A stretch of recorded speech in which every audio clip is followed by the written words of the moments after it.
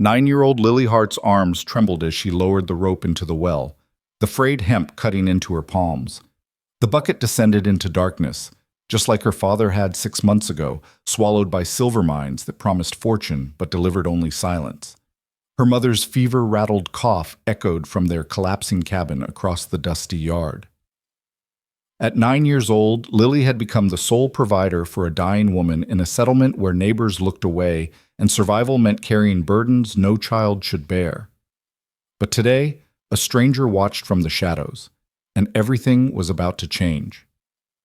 Before we begin Lily's journey from desperation to belonging, I invite you to join us for this complete story. If it touches your heart, please leave a like and comment with your city so I can see how far this tale of found family and quiet courage travels. Now let's return to that dusty well where a little girl's world hung by a thread. The Arizona Territory's sun beat down mercilessly on the settlement of Bitter Springs, turning the earth to powder and the air to glass. Lily Hart stood at the community well, her shadow barely stretching past her worn boots. The wooden bucket felt like an anvil in her small hands as she hauled it upward, hand over hand, the rope burning her already calloused palms. She was 9 years old. She should have been learning arithmetic or helping with quilting. Instead, she knew the exact weight of a full water bucket, the precise angle to carry it without spilling, and how many trips it took to keep her mother's fever from rising to delirium. The settlement sprawled around her like a collection of broken promises.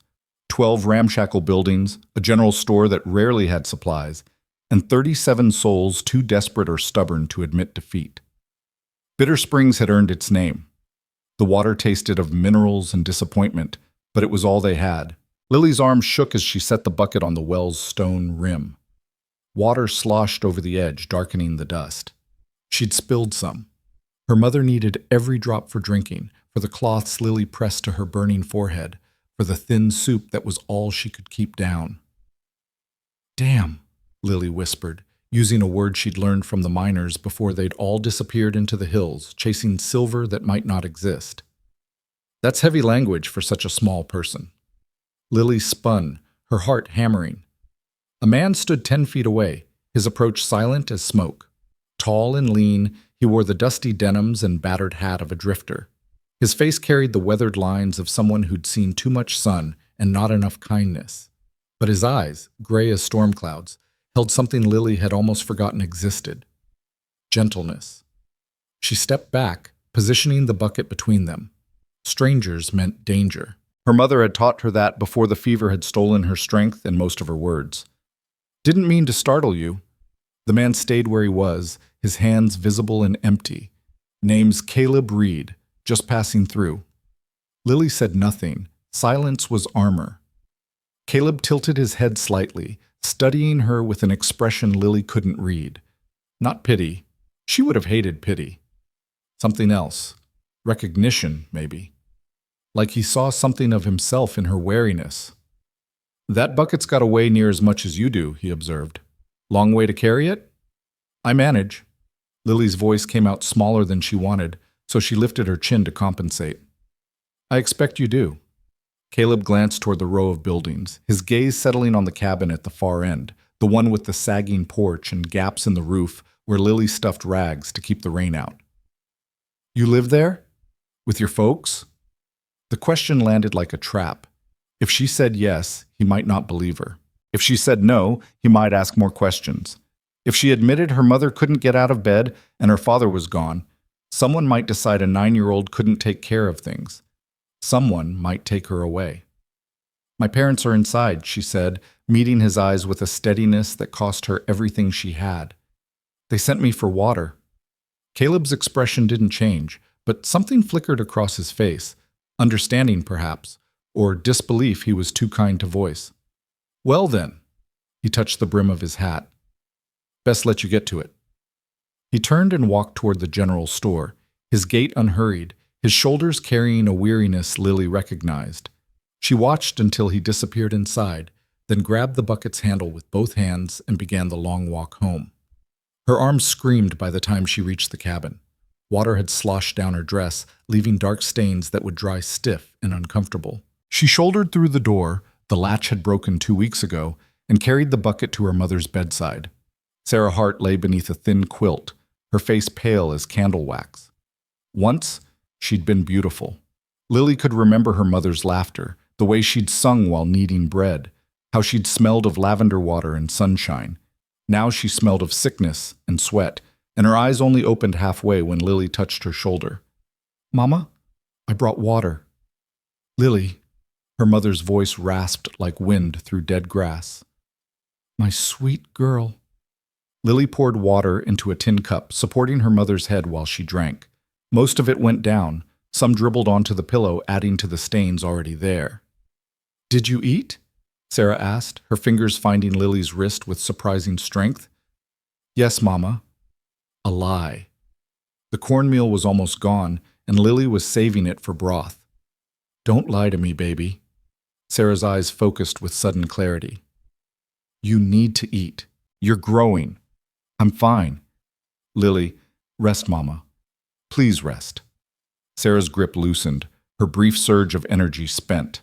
She sank back into the mattress, her breathing shallow and uneven.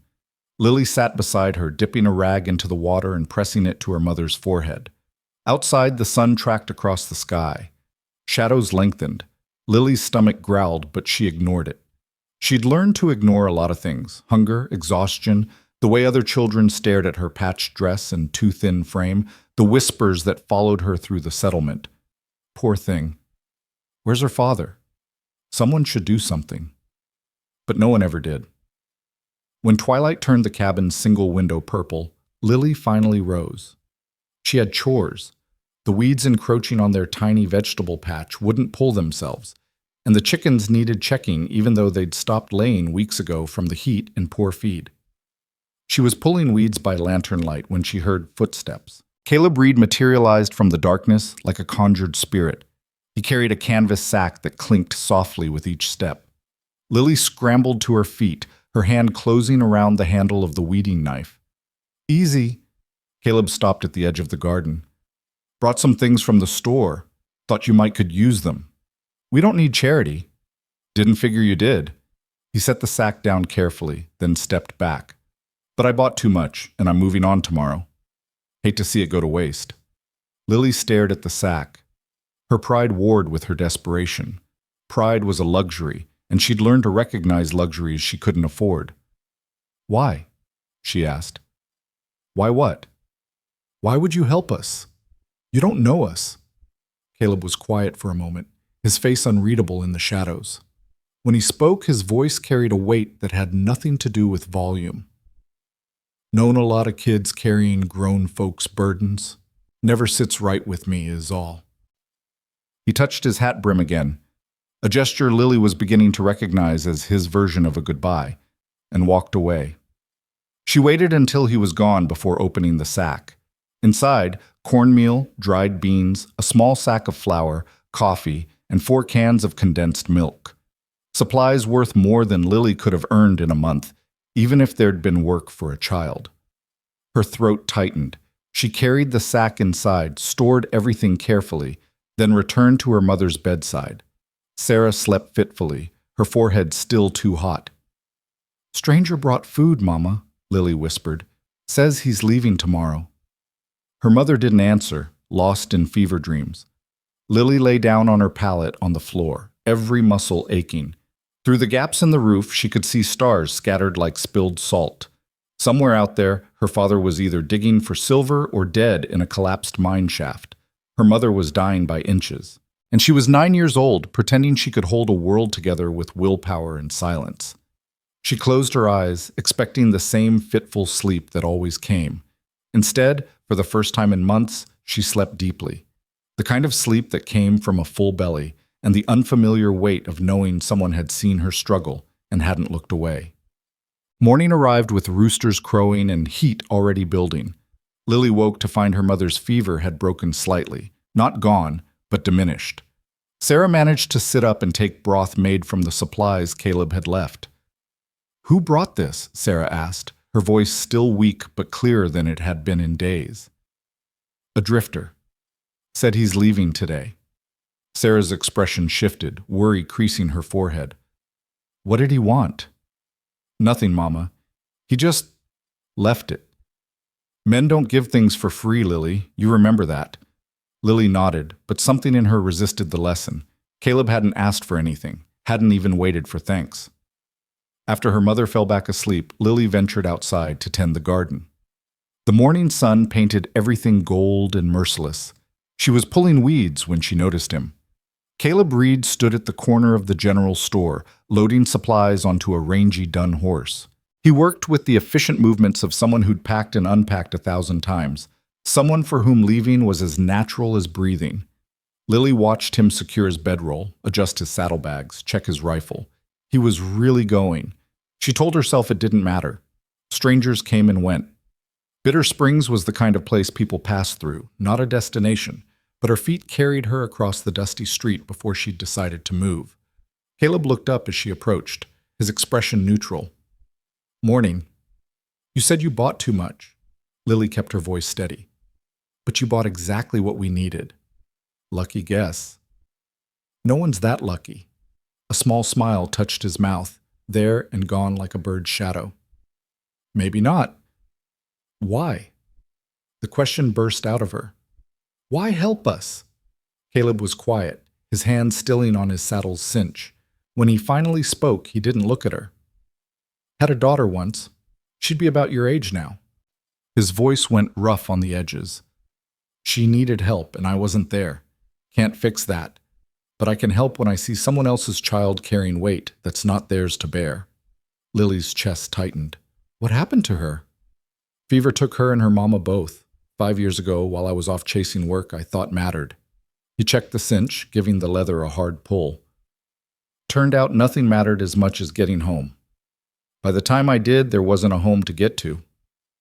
"I'm sorry." "Me too." He finally looked at her, and his gray eyes held an ocean of old grief. "Your mama sick long?" 3 months. Started as a cough." "And your daddy?" Lily hesitated, then decided the truth was simpler than lies. "Went to the mines. Supposed to come back when he struck silver. That was 6 months ago." Caleb's jaw tightened. "He send money?" "No." "He send word?" "No." He muttered something under his breath that sounded like a curse. Then he untied his horse, looped the reins over the hitching post, and turned to face her fully. "Show me what needs fixing." Over the next hour, Lily watched Caleb transform her world. He mended the door latch with wire and skill, patched the roof holes with oilcloth, reinforced the sagging porch with wood he purchased from the general store. He worked in focused silence, the kind that came from a man accustomed to solving problems with his hands. When Sarah woke and saw a stranger repairing their home, she struggled to rise, fear and confusion clouding her features. "Mama, it's okay."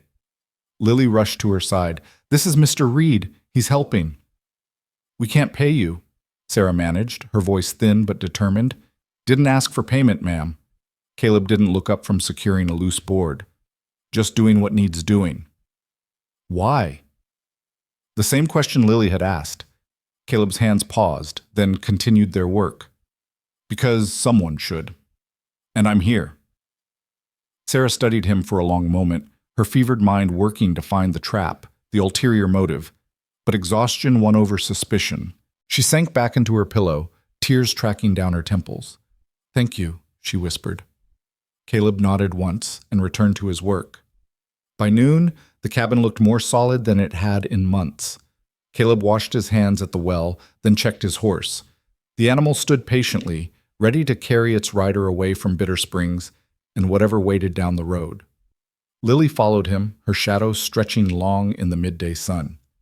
"You're still leaving." That was always the plan.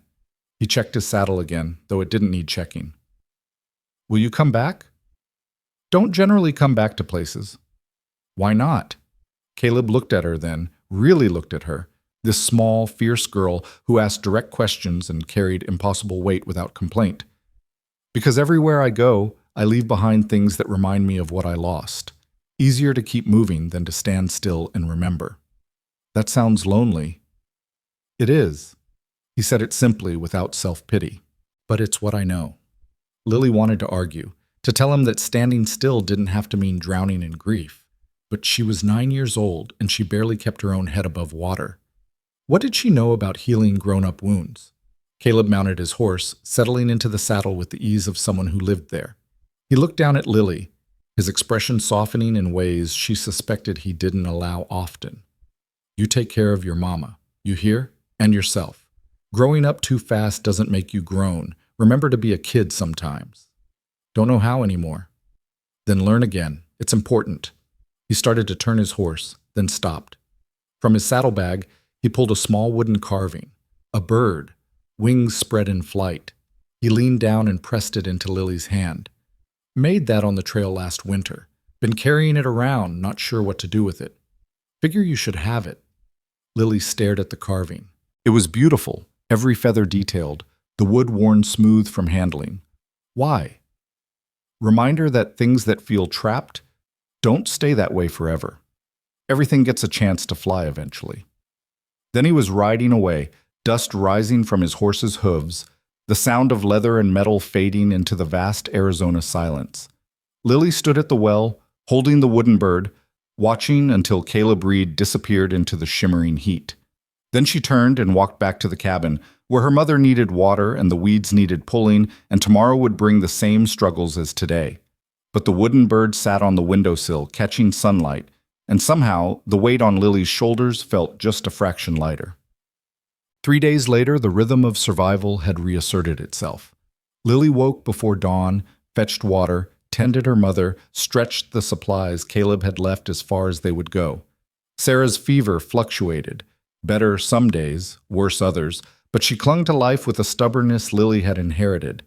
They didn't speak about Caleb Reed. What was there to say? He'd helped and left. That was the way of the world. But on the 4th morning, Lily walked to the well and found him there. He stood with his horse, filling his canteen, looking exactly as he had when he'd ridden away, dusty, weathered, carrying his life in saddlebags. Lily stopped mid-step, certain she was seeing things. The heat did that sometimes, created mirages of water where there was only dust.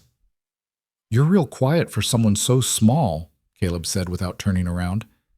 "You came back." "Appears so." "Why?"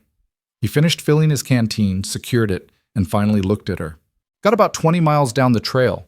Kept thinking about you hauling that bucket. Kept thinking about your mama sick and your daddy gone and nobody doing a damn thing to help. Figured I'd ride a little further, get it out of my head." He paused. "Rode another 10 miles. Didn't help, so I turned around." Lily's throat felt tight. "You said you don't come back to places." "I don't. Usually." He studied her face, something working in his expression. "But I figure maybe it's time I tried standing still for a spell. See if I can remember how." "How long's a spell?" "Don't know yet. Long enough to make sure you're all right. Long enough to see if your daddy shows up. Long enough to—" He trailed off, his gaze distant. "Long enough to stop running, maybe." Lily wanted to say something profound, something that would convey the sudden loosening in her chest. The way hope felt like a dangerous thing to hold. But she was 9 years old and words failed her, so she settled for the truth. "Mama needs medicine. The fever's not going away on its own." "Then we'll get her medicine." Caleb said it like it was simple. Like securing medicine in a settlement with barely any supplies was a problem with an obvious solution. "There a doctor in Bitter Springs?" "Closest doctor's in Tucson, 4 days ride." "Then we ride to Tucson." "I can't leave Mama alone that long." Caleb was quiet, thinking. Then, "We'll bring the doctor here. Cost more, but it's doable." "We can't pay a doctor to make a 4-day trip." "I can." Lily stared at him. "Why would you do that?" "Because your mama's dying and you're 9 years old and someone should help. I'm here, so I will." It was the same answer he'd given before, but this time it carried more weight. This time it meant staying, meant investing in their survival, meant choosing to be present instead of running. "I don't understand you," Lily said quietly. "That's all right. Don't always understand myself." Caleb picked up the water bucket, testing its weight. "This is too heavy for you. We'll rig a cart or something. Make it easier." "I've managed this long." "I know you have. But you don't have to anymore." The words hit Lily like a physical thing. You don't have to anymore. When was the last time someone had offered to lighten her load instead of adding to it? She blinked hard against the burning in her eyes. If you're staying, there's work. Garden needs help. Chickens aren't laying. Roof still leaks on the north side. I'll handle it. And Mama needs...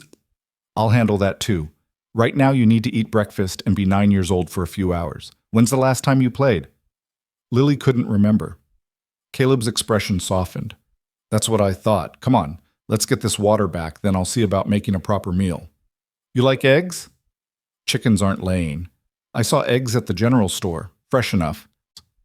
They walked back to the cabin together, Caleb carrying the bucket that usually made Lily's arms scream. She carried the wooden bird in her pocket, its wings pressed against her palm like a promise. Inside, Sarah was awake, her fever-bright eyes tracking Caleb's entrance with wariness. You came back, she said, her voice carrying accusation and confusion in equal measure. Yes, ma'am. Why? Seemed like the right thing to do.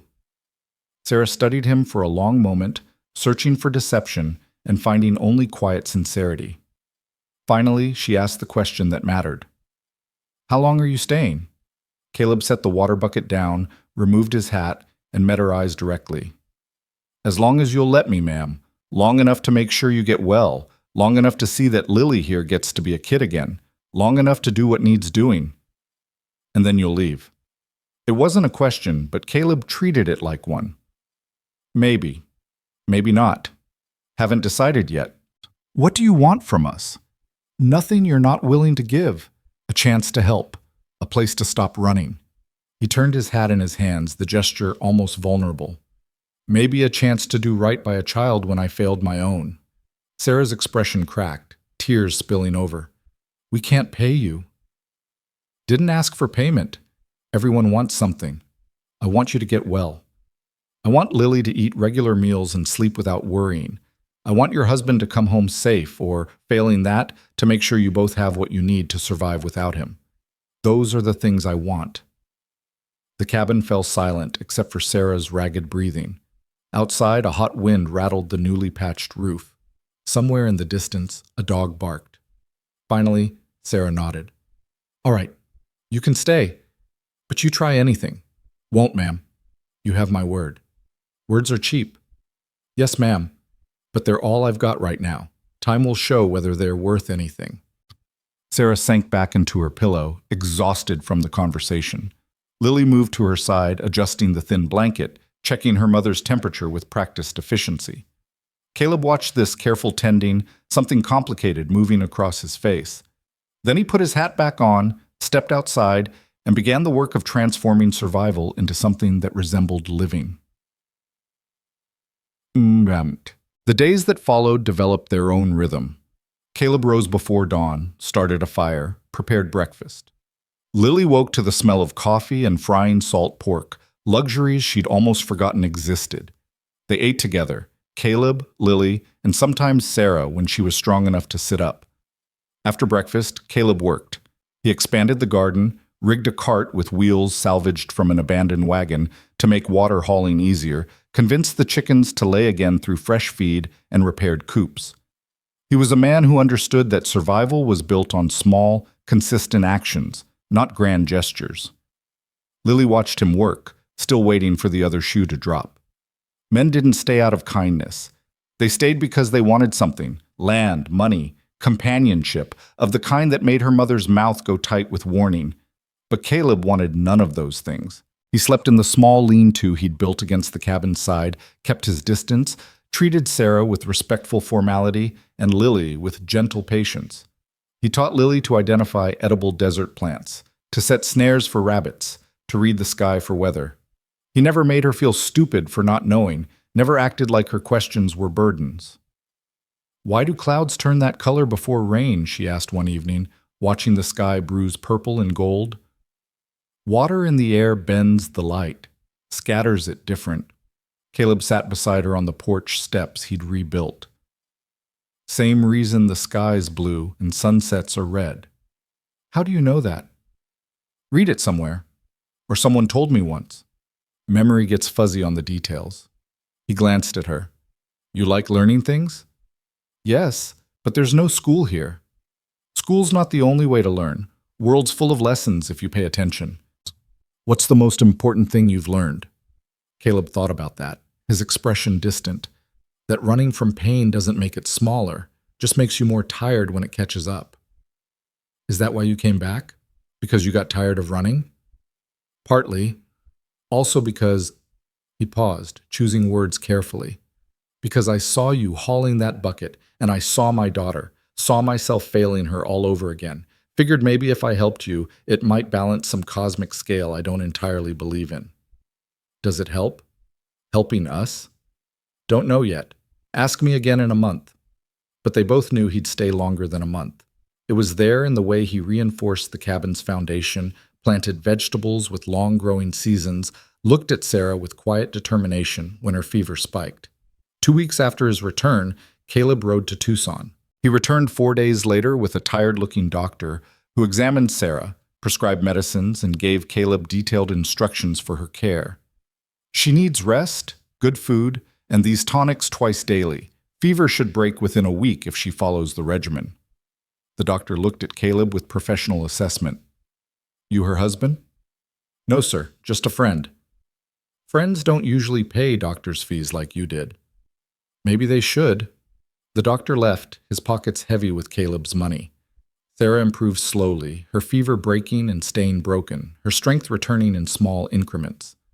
One evening, when Sarah was well enough to sit on the porch, she asked the question that had been building. Where's your family, Mr. Reed? Your real family. Dead, ma'am, wife and daughter, 5 years back. I'm sorry. Me too. Is that why you're here? Because we remind you of them? Caleb was quiet, watching the sun sink toward distant mountains. Partly. Also because staying still seemed impossible until it became necessary. You and Lily made it necessary. We're not your family. No, ma'am. But maybe we could be something like it. For now. Sarah's eyes filled. And when you leave? If I leave, I'll make sure you're set. Medicine paid for, supplies stocked, repairs done. Won't abandon you to hardship. You say if. Most men would say when. Most men haven't spent 5 years running from ghosts that don't care about geography. Starting to think maybe the only way forward is to plant roots deep enough that the past can't pull me away. Sarah reached over and squeezed his hand. Thank you for coming back. Thank you for letting me stay. Inside the cabin, Lily listened through the window, the wooden bird clutched in her hands. For the first time since her father had left, she felt something dangerous and fragile unfurling in her chest. Hope, and with it, the terrifying possibility that maybe, just maybe, they would be all right. The answer to whether they'd be all right arrived on a scorching afternoon 3 weeks later, in the form of a telegram delivered by a dust-covered rider. Lily was in the garden when she heard her mother's wail. She dropped her hoe and ran, bursting through the door to find Sarah clutching a piece of paper, Caleb standing nearby with his hat in his hands, and grief written across his face. Mama? Sarah looked up, tears streaming. It's your father. Lily's world tilted. She'd spent 6 months not knowing, hoping, fearing, existing in awful uncertainty. Now the uncertainty was ending, and she wasn't sure she wanted to know. Is he dead? No, baby. He's alive, but he's hurt. Bad hurt. Mine collapsed in Silver Creek, 60 miles north.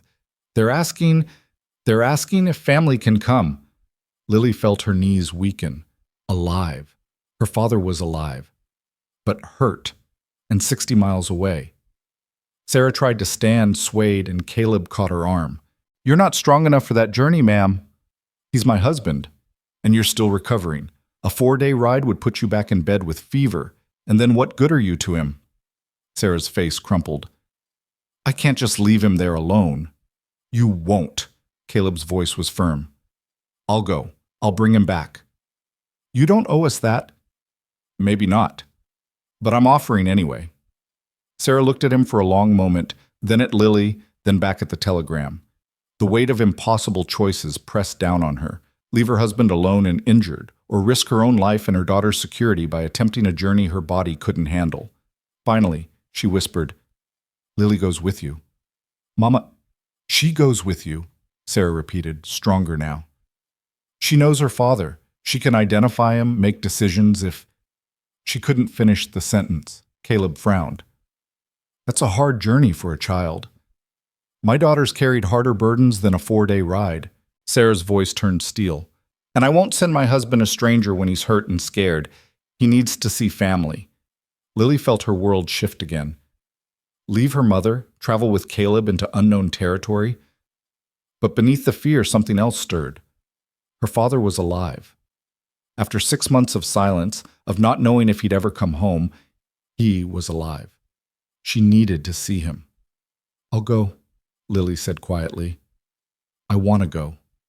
Caleb looked between them, something complicated working in his expression. Then he nodded. We leave at first light. Pack light, water, food, bedroll. It'll be hot riding, and we'll need to move quick. That night, Lily lay on her pallet, unable to sleep. Through the thin walls, she heard Caleb and her mother talking in low voices. You're trusting me with your daughter. I'm trusting you with everything I have left. I won't let anything happen to her. You have my word. I know. That's why I'm letting her go. Silence. Then Sarah again, her voice breaking. What if he's worse than they said? What if he can't come home? What if... We'll handle it. Whatever we find, we'll handle it. Why are you doing this, really? A long pause. When Caleb spoke, his voice was rough with emotion. Because 5 years ago, my wife sent word that our daughter was sick. I was 3 days ride away, working a ranch. I told myself I'd finish the week, send money, come home after. Surely a week wouldn't matter. His voice cracked. They were dead before I got there, both of them, and I never got to tell them. He stopped, swallowed. I never got to tell them they mattered more than anything, that I should have dropped everything and ridden home the second I heard. Sarah's voice was gentle. This isn't your chance to fix that. I know, the dead stay dead, but maybe it's my chance to make sure another family doesn't break the way mine did. Maybe it's my chance to be the man I should have been 5 years ago. In the darkness, Lily pressed the wooden bird against her chest and prayed to a God she wasn't sure was listening. Please let my father be all right. Please let us all be all right. But beneath the prayer was a deeper truth, one she barely dared acknowledge. If her father was too hurt to come home, if the worst happened and she lost him, she wouldn't be alone. Caleb Reed had come back once, and somehow she believed he would keep coming back, not because he had to, but because he'd chosen them. And in a world where most choices were made by necessity and survival, that made all the difference. Dawn broke cold and clear, painting the desert in shades of rose and amber. Lily woke to the sound of Caleb saddling horses, his dun gelding and a smaller mare he'd borrowed from the livery, gentle enough for a child, but sturdy enough for the journey ahead. Her mother sat propped against pillows, pale but determined. She'd braided Lily's hair tight, the way she used to before everything fell apart, and pressed a small leather pouch into her daughter's hands. Emergency money, hidden in your boot, not your pack. If something happens and you get separated from Mr. Reed, you use this to get home. You understand? Yes, Mama. And Lily, Sarah's grip tightened on her daughter's shoulders. Your father, he might not be the same man who left. Injury changes people. Fear changes people. You be prepared for that. Lily nodded, though she wasn't sure what being prepared meant. How did you prepare to see your father broken? Caleb appeared in the doorway, his saddlebags packed, his rifle secured. We should go. Want to cover ground before the heat sets in. Sarah rose shakily, steadying herself against the wall. She pulled Lily into a fierce embrace, her tears dampening Lily's hair. You come home safe, both of you. We will, Mama. Promise me. I promise. Caleb helped Lily onto the mare, adjusting her stirrups with practiced efficiency. The horse shifted beneath her, patient and warm. Lily had ridden before.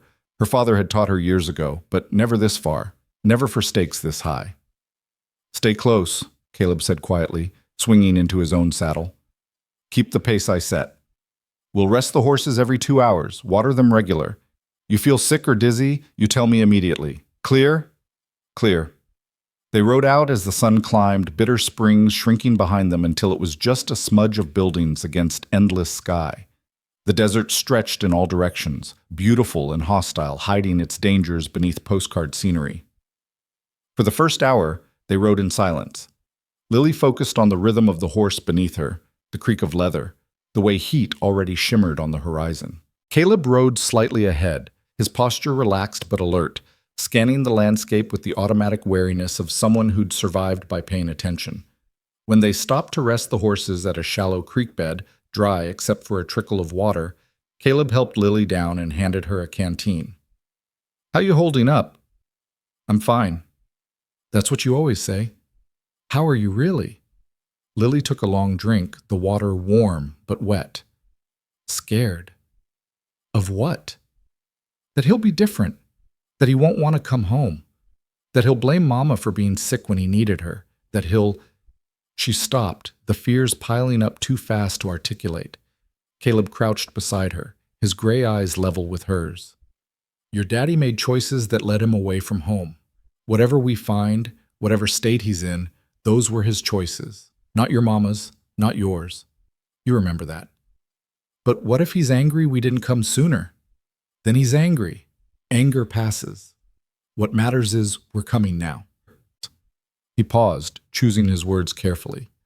"Lily, I need you to understand something. We might get there and find your daddy can't travel. We might find him worse than the telegram said. We might find him dead? Yes, we might find him dead. And if that happens, I need you to know it's not your fault. It's not your mama's fault. Sometimes people die, and there's nothing anyone could have done different." Lily's throat tightened. "Did your daughter die because you weren't there?" Caleb flinched like she'd struck him. For a moment, she thought he wouldn't answer.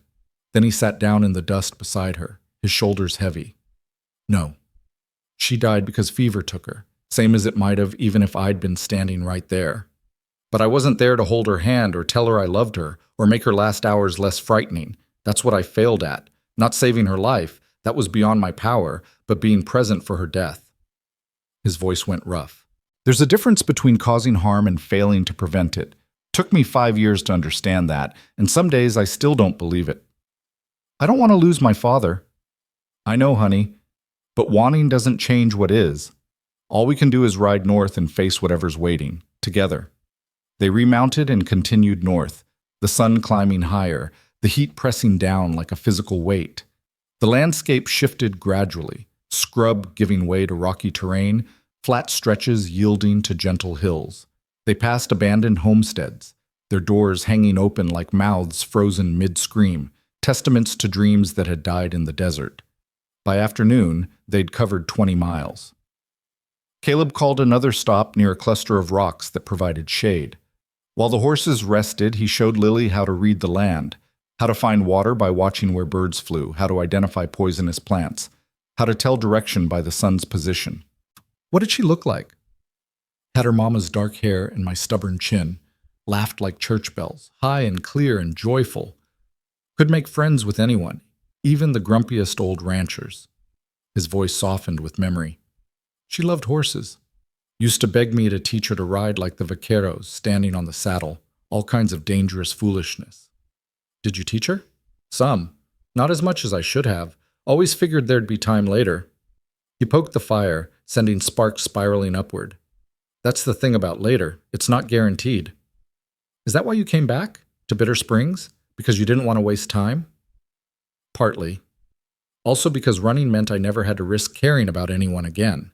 Soon as I felt myself getting attached to a place or people, I'd move on.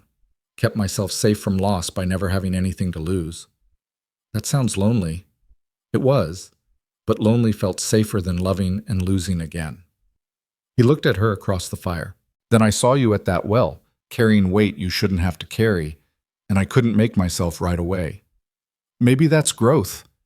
Maybe it's just exhaustion. Either way, I'm here. Lily pulled the wooden bird from her pocket, running her fingers over its smooth wings. When you gave me this, you said everything gets a chance to fly eventually. Do you believe that? Trying to. Spent 5 years with my wings clipped by grief. Maybe helping you and your mama is how I learned to fly again. What if my father can't come home? What happens to us? Caleb's jaw tightened. Then I make sure you and your mama have what you need. I'm not leaving you to struggle alone, Lily. Whatever happens in Silver Creek, that doesn't change. You promise? I promise. They settled into their bedrolls, the fire burning low, the desert night sounds rising around them, coyotes yipping in the distance, wind whispering through rocks, the horses shifting and breathing nearby. Lily lay staring at stars scattered like spilled diamonds, thinking about promises and fathers and the strange man who'd chosen to care when he didn't have to. Sleep came eventually, deep and dreamless, the exhaustion of the trail claiming her completely. She woke to Caleb shaking her shoulder, his hand over her mouth, his expression urgent in the pre-dawn darkness. "Quiet," he whispered. "We've got company." Lily's heart hammered.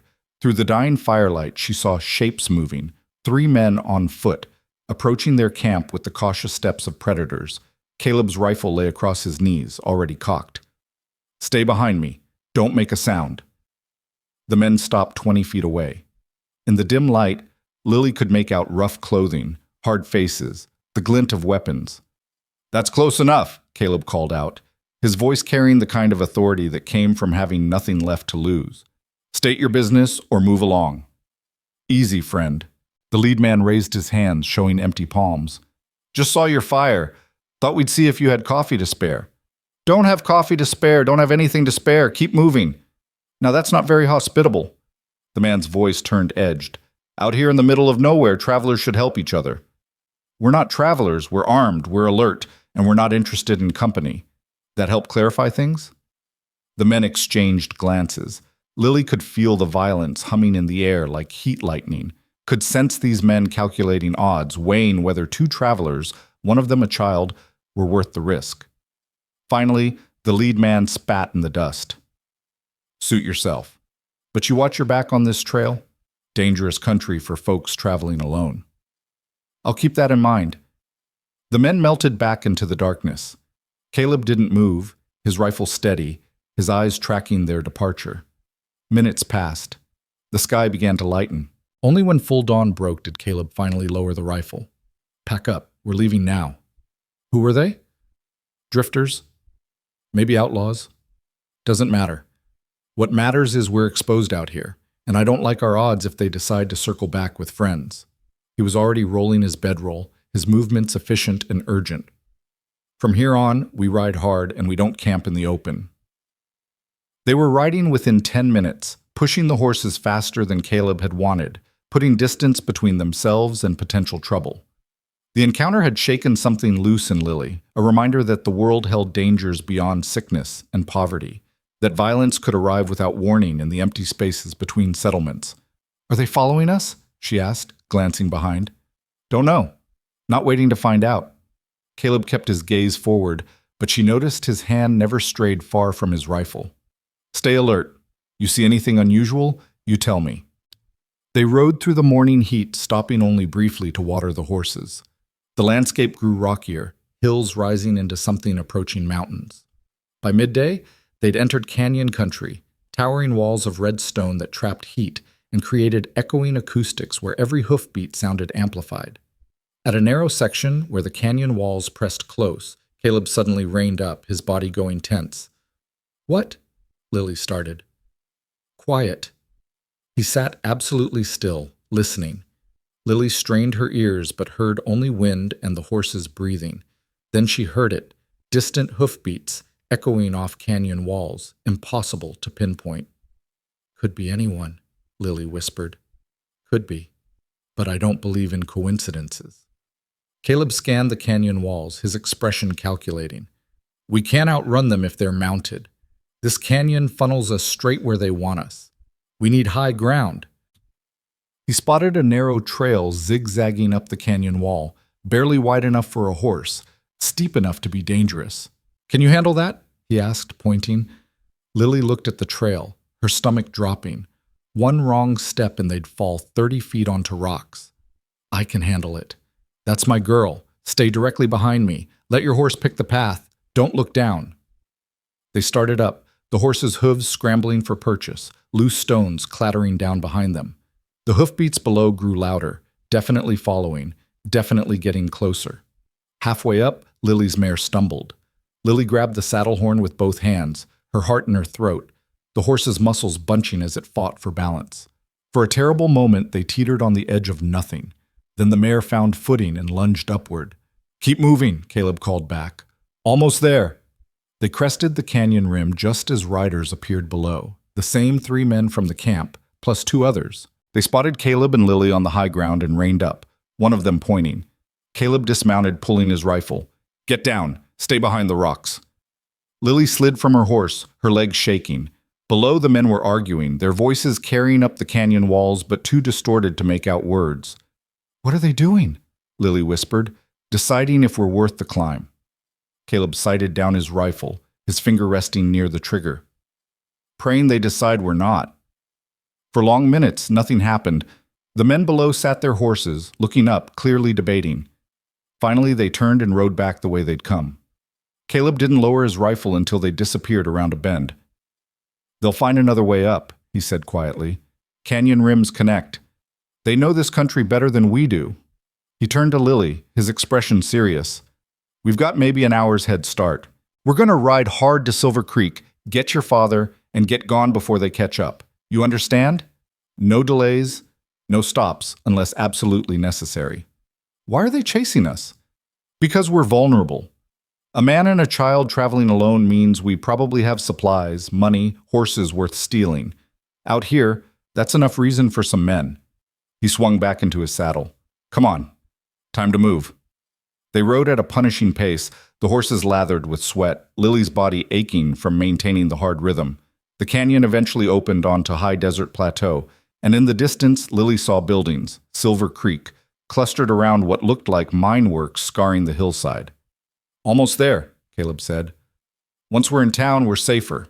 Outlaws don't like witnesses." They thundered into Silver Creek mid-afternoon, drawing stares from miners and shopkeepers. Caleb pulled up at a building marked Mining Office and dismounted in one fluid motion. "Stay with the horses. I'll find out where they're keeping your father." He disappeared inside. Lily sat her exhausted mare, watching the street with wide eyes. Silver Creek was larger than Bitter Springs. Maybe 100 buildings, a real hotel, multiple saloons. Men moved everywhere, most caked in dust and exhaustion, their faces carrying the desperate hope of those chasing fortune in dark holes in the ground. Caleb emerged with a grim-faced mine supervisor. "Hospital's this way. Follow me." They tied the horses and followed the supervisor to a long, low building that stank of carbolic and suffering. Inside, rows of cots held injured miners, men with bandaged limbs, fevered faces, the hollow eyes of those who'd looked at death and weren't sure they'd escaped. "Peter Hart's in the back," the supervisor said. "Warning, he's not good. Doc says he might not make it." Lily's world tilted. She'd prepared herself for injury, but hearing "might not make it" made it terrifyingly real. Caleb's hand found her shoulder, steady and warm. "Whatever we see, we handle it. Together." They walked through the ward, past suffering strangers, until the supervisor stopped at a cot near the back window. "That's him." Lily looked. The man on the cot bore only passing resemblance to her father. Peter Hart had left home 6 months ago, robust and determined, his eyes bright with dreams of silver fortune. The man before her was skeletal, his face gray, his left leg splinted and wrapped, his breathing shallow and labored. His eyes were closed, his hands lying limp on the thin blanket. "Daddy?" Lily's voice came out small and broken. Peter's eyes fluttered open. For a moment, confusion clouded his features. Then recognition sparked, followed immediately by tears. "Lily? Oh God, Lily girl, is that really you?" She was at his side in an instant, her small hands finding his. "It's me, Daddy. I'm here." "Sarah? Is your mama?" "She's home. She's sick, but getting better. She sent me and Mr. Reed to bring you home." Peter's gaze shifted to Caleb, suspicion and confusion warring on his features. "Who are you?" "Caleb Reed, sir. Friend of the family. Your wife asked me to help fetch you home." "Friend of the family?" Peter's voice carried an edge despite his weakness. "I don't know you." "No, sir. I came to Bitter Springs after you left." Been helping your wife and daughter while you've been away. Something dark flickered in Peter's expression. Helping how? The way any decent person would. Repairs, supplies, getting a doctor for Sarah. Nothing untoward, if that's what you're asking. Daddy, he saved us, Lily interjected. When Mama got sick and we didn't have food or medicine, he helped. He's been good to us. Peter's jaw tightened, pride and shame wrestling for dominance. His eyes shone with tears that spilled over. I was supposed to provide for you. I was supposed to come back rich, fix everything, be the man you deserved. His voice broke. Instead, I'm lying here useless while a stranger does what I should have done. Mr. Hart, Caleb started. Don't. Peter turned his face away. Just don't. An uncomfortable silence fell. The doctor appeared, a weary man with kind eyes and hands that had set too many broken bones. Your family? He asked Caleb. Close enough. What's his condition? Broken leg, 3 broken ribs, possible internal injuries, the legs healing poorly, infection set in. We're fighting it, but the doctor's expression said everything his words didn't. Can he travel? Not for at least 2 weeks, maybe longer. The journey would likely kill him in his current state. Caleb absorbed this, his face unreadable. Then he turned to Lily. I need to talk to the doctor and handle some arrangements. You stay with your father. I'll be right outside. He left. Through the window, Lily watched him and the doctor speaking in low, urgent tones, money changing hands. Then Caleb headed toward the mining office, his stride purposeful. Alone with her father, Lily didn't know what to say. The man on the cot was a stranger wearing her father's face, diminished by pain and failure. Does she hate me? Peter asked quietly. Your mama? She sent me to bring you home. Does that sound like hate? I left her sick, left you both to struggle, chased fool's gold while my family starved. We didn't starve. Mr. Reed helped. This Mr. Reed. Peter's voice turned bitter. Convenient, isn't it? A stranger appearing just when you needed help? Men don't do that without wanting something. He lost his wife and daughter. He helped us because he couldn't help them. Peter was quiet for a long moment. When he spoke again, his voice was softer. Tell me about your mama. The truth. So Lily did. She told him about the fever that wouldn't break, about hauling water until her arms screamed, about the night she'd been sure her mother would die. She told him about eating cornmeal mush for weeks, about the roof leaking, about being 9 years old and terrified every single day. And she told him about Caleb, about supplies left without asking for thanks, about repairs done without expecting payment, about a stranger who'd chosen to stay when leaving would have been easier. Peter listened, tears tracking down his temples. When she finished, he reached for her hand with his uninjured arm. I'm sorry, Lily girl. I'm so damn sorry. I thought if I could just strike it rich, I could give you everything. Turned out the only thing you needed was me, and I wasn't there. You're here now. Broken and useless. But here. That's what matters. Caleb returned carrying a bundle. Got you a room at the hotel, he told Lily. Paid up for 2 weeks. The doctors agreed to check on your father daily, and I've arranged for meals to be brought to you both. 2 weeks? Lily echoed. What about Mama? I'm riding back to Bitter Springs tonight. I'll tell your Mama what's happening, bring her any messages you want to send, get more supplies, and come back. 4 days there, 4 days back. You'll have food and shelter, and the doctor will look after your father. You're leaving me here? Fear spiked through her voice. Caleb crouched to her level, his gray eyes steady. Your daddy can't travel yet, and your mama needs to know what's happening. Someone has to go back, and you need to stay with your father. I know it's scary, but you've handled scarier things than a hotel room in a mining town. What about those men, the ones chasing us? I've talked to the sheriff. He knows the situation. He'll keep an eye out, and you'll be safe at the hotel. I promise. Peter spoke up weakly. What men? Outlaws on the trail, Caleb said dismissively. Nothing to worry about now. But Lily saw the tension in his shoulders, the way his hand kept drifting toward his rifle. He was worried, even if he wouldn't admit it.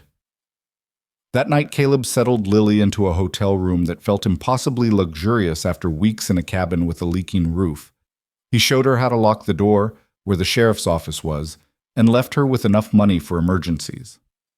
"You're smart and you're strong," he said at the door. "2 weeks will pass before you know it. You take care of your daddy, help him heal, and I'll be back before you can miss me." "I already miss you." His expression softened. "I'll miss you too, honey, but your mama needs to know what's happening, and I need to make sure she's still improving. This is how we take care of everyone." He left as the sun set, riding south into gathering darkness. Lily watched from the hotel window until he disappeared, then returned to the hospital to sit with her father. Over the following days, a strange routine developed.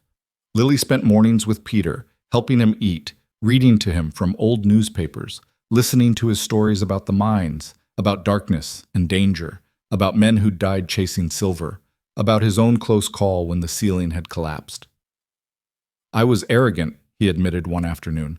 "Thought I knew better than miners who'd been at it for years. Thought I'd strike it rich where others failed. Instead, I nearly died in the dark, and all I could think about was you and your mama, and how I'd wasted our last months together chasing nothing. You were trying to provide.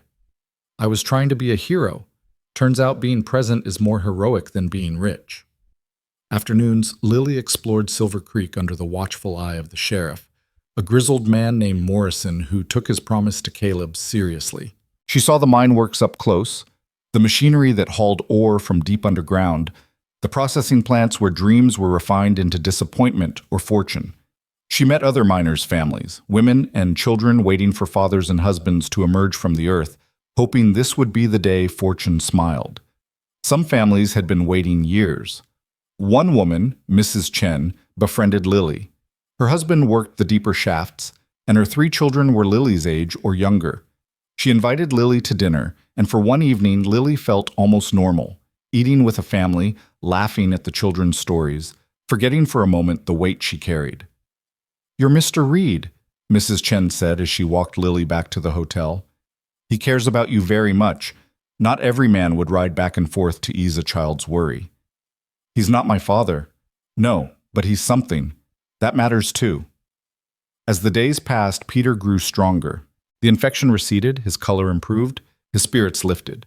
He began sitting up, then standing with assistance, then taking halting steps with crutches the doctor provided. "I'll walk again," he told Lily with fierce determination. "Maybe not perfect, but good enough. Good enough to get home to your mama. Good enough to be the father you deserve." On the 10th day, Lily was helping her father with his exercises when she saw riders approaching through the window, 2 horses, moving at an easy lope. Her heart leaped. Caleb had come back early, but as the riders drew closer, her joy turned to ice. It wasn't Caleb. It was the outlaws from the canyon, and they were heading straight for the hotel. Lily's breath caught in her throat as she recognized the lead rider, the same hard-faced man who'd approached their camp in the desert, the one who'd tracked them through the canyon. He sat his horse with the casual confidence of someone who'd found what he was looking for and knew his prey had nowhere to run. "Daddy, we need to go, now!"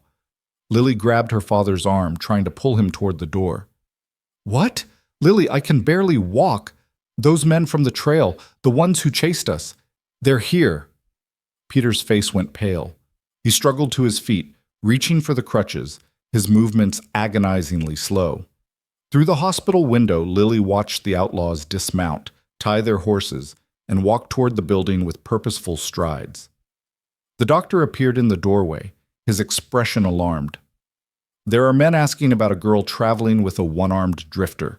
I told them we had no such—" "That's me," Lily interrupted. "They're bad men. We need Sheriff Morrison."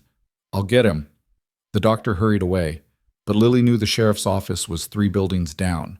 By the time he arrived, the outlaws would be inside. She looked around desperately. The hospital had only one exit, windows too small to climb through, and her father could barely walk. They were trapped. Heavy footsteps echoed in the hallway. The lead outlaw appeared in the doorway, his 2 companions flanking him. Up close, in daylight, he looked even more dangerous, a scar running from his temple to his jaw, eyes like chips of dirty ice, a gun belt worn low and easy. "Well now," he drawled, his gaze settling on Lily, Little Bird flew far from her nest. Peter positioned himself between Lily and the men, balancing on his crutches with visible effort. My daughter's under my protection. You've got no business with her. Actually, we got business with her friend, the one who pulled a rifle on us instead of sharing his coffee. The outlaw's smile didn't reach his eyes. See, that kind of disrespect sits poorly with me. Man ought to be neighborly on the trail. He's not here, Lily said, keeping her voice steady despite her hammering heart. He left days ago. Oh, I know. Watched him ride out. Which leaves you alone and vulnerable. And that rifle of his, the nice Winchester he was waving around, well, that's worth something, as are those horses, and whatever money he left you with. We have nothing worth stealing. Now that's where you're wrong, Little Bird. Everything's worth stealing if you're poor enough. He took a step into the room. Where'd he stash his gear? Hotel room? Probably the hotel room.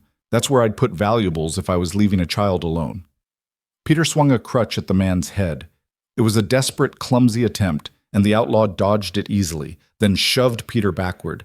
Peter crashed into the wall, his injured leg buckling beneath him. He crumpled with a cry of pain. Daddy!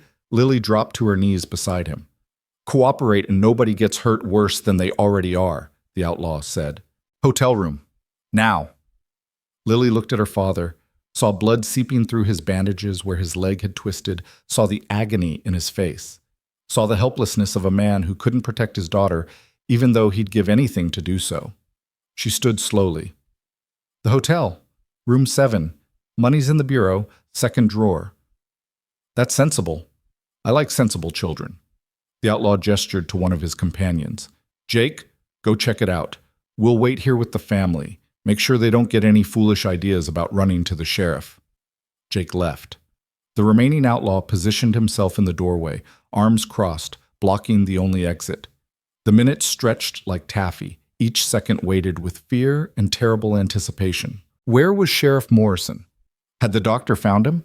Or was he off making rounds, unaware that danger had walked right into his town in broad daylight? You're making a mistake, Peter said through gritted teeth, still on the floor where he'd fallen. People here know us. They'll come looking. Let them look. By the time anyone official shows up, we'll be long gone with what we came for. The lead outlaw examined his fingernails with exaggerated boredom. Should have thought of that before your friend decided to be unfriendly. Actions got consequences. Jake returned carrying Caleb's saddlebags, a satisfied grin on his face. Found money, supplies, and that Winchester. Good haul. The lead outlaw's eyes lit up. See? Cooperation makes everything easier. Now, was that so hard? You got what you wanted, Lily said, her voice shaking. Leave us alone. In a minute. Just one more thing. He stepped closer to Lily, and she saw something calculating in his expression. Your friend's coming back, ain't he? In a few days, I'd wager. When he does, I want you to give him a message. He grabbed Lily's arm, his grip bruising, and pulled her close. His breath smelled of tobacco and rot. Tell him Bill Crandall doesn't forget disrespect. Tell him next time he points a rifle at me, he better pull the trigger, because I will. He released her with a shove that sent her stumbling. You remember that name. Bill Crandall. He'll know it. Then they were gone, footsteps receding, the sound of horses galloping away. Lily stood frozen, her arm throbbing where Crandall had grabbed her, her whole body shaking with reaction. Lily! Her father's voice pulled her back. Help me up, baby. She helped him onto the cot, her hands fumbling as she checked his leg. The bandages were soaked with fresh blood, and Peter's face had gone gray with pain. I'm getting the doctor. Wait. Peter caught her hand, his grip weak but urgent. Are you hurt? Did he... I'm fine, Daddy. I'm fine. But she wasn't fine. She was terrified and angry and felt violated by the outlaw's touch, by the casual cruelty in his eyes, by the knowledge that violence could arrive without warning and there was nothing she could do to stop it. The doctor arrived moments later, Sheriff Morrison on his heels. The sheriff took one look at the situation and cursed fluently. Bill Crandall? He was here? In my town? Morrison's face flushed red with anger and embarrassment. That son of a bitch has been wanted in 3 territories for robbery and worse. If I'd known... You'd have what? Peter snapped, pain making his voice sharp. He walked right in, took what he wanted, and left. What good's a sheriff if he can't prevent that? Morrison's jaw tightened, but he couldn't argue. Instead, he turned to Lily. "Did he hurt you, miss?" "Just scared me and took Mr. Reed's things. I'll wire the neighboring towns, put together a posse. We might catch them if we move fast." But they all knew it was empty comfort. Crandall had too much of a head start, and the desert was vast enough to swallow whole gangs of outlaws. The chances of recovery were slim to none. After Morrison left to organize his futile pursuit, Lily sat with her father while the doctor rebandaged his leg. Peter's face was tight with pain and shame. "I couldn't protect you," he whispered. "I couldn't even stand up without falling. What kind of father am I?" "The kind who tried. That's all anyone can do." "It's not enough. It's never enough." That night, lying in her hotel room, now feeling exposed and unsafe instead of luxurious, Lily couldn't sleep. She kept hearing Crandall's voice, feeling his grip on her arm, seeing the casual way he'd shoved her father aside like he was nothing.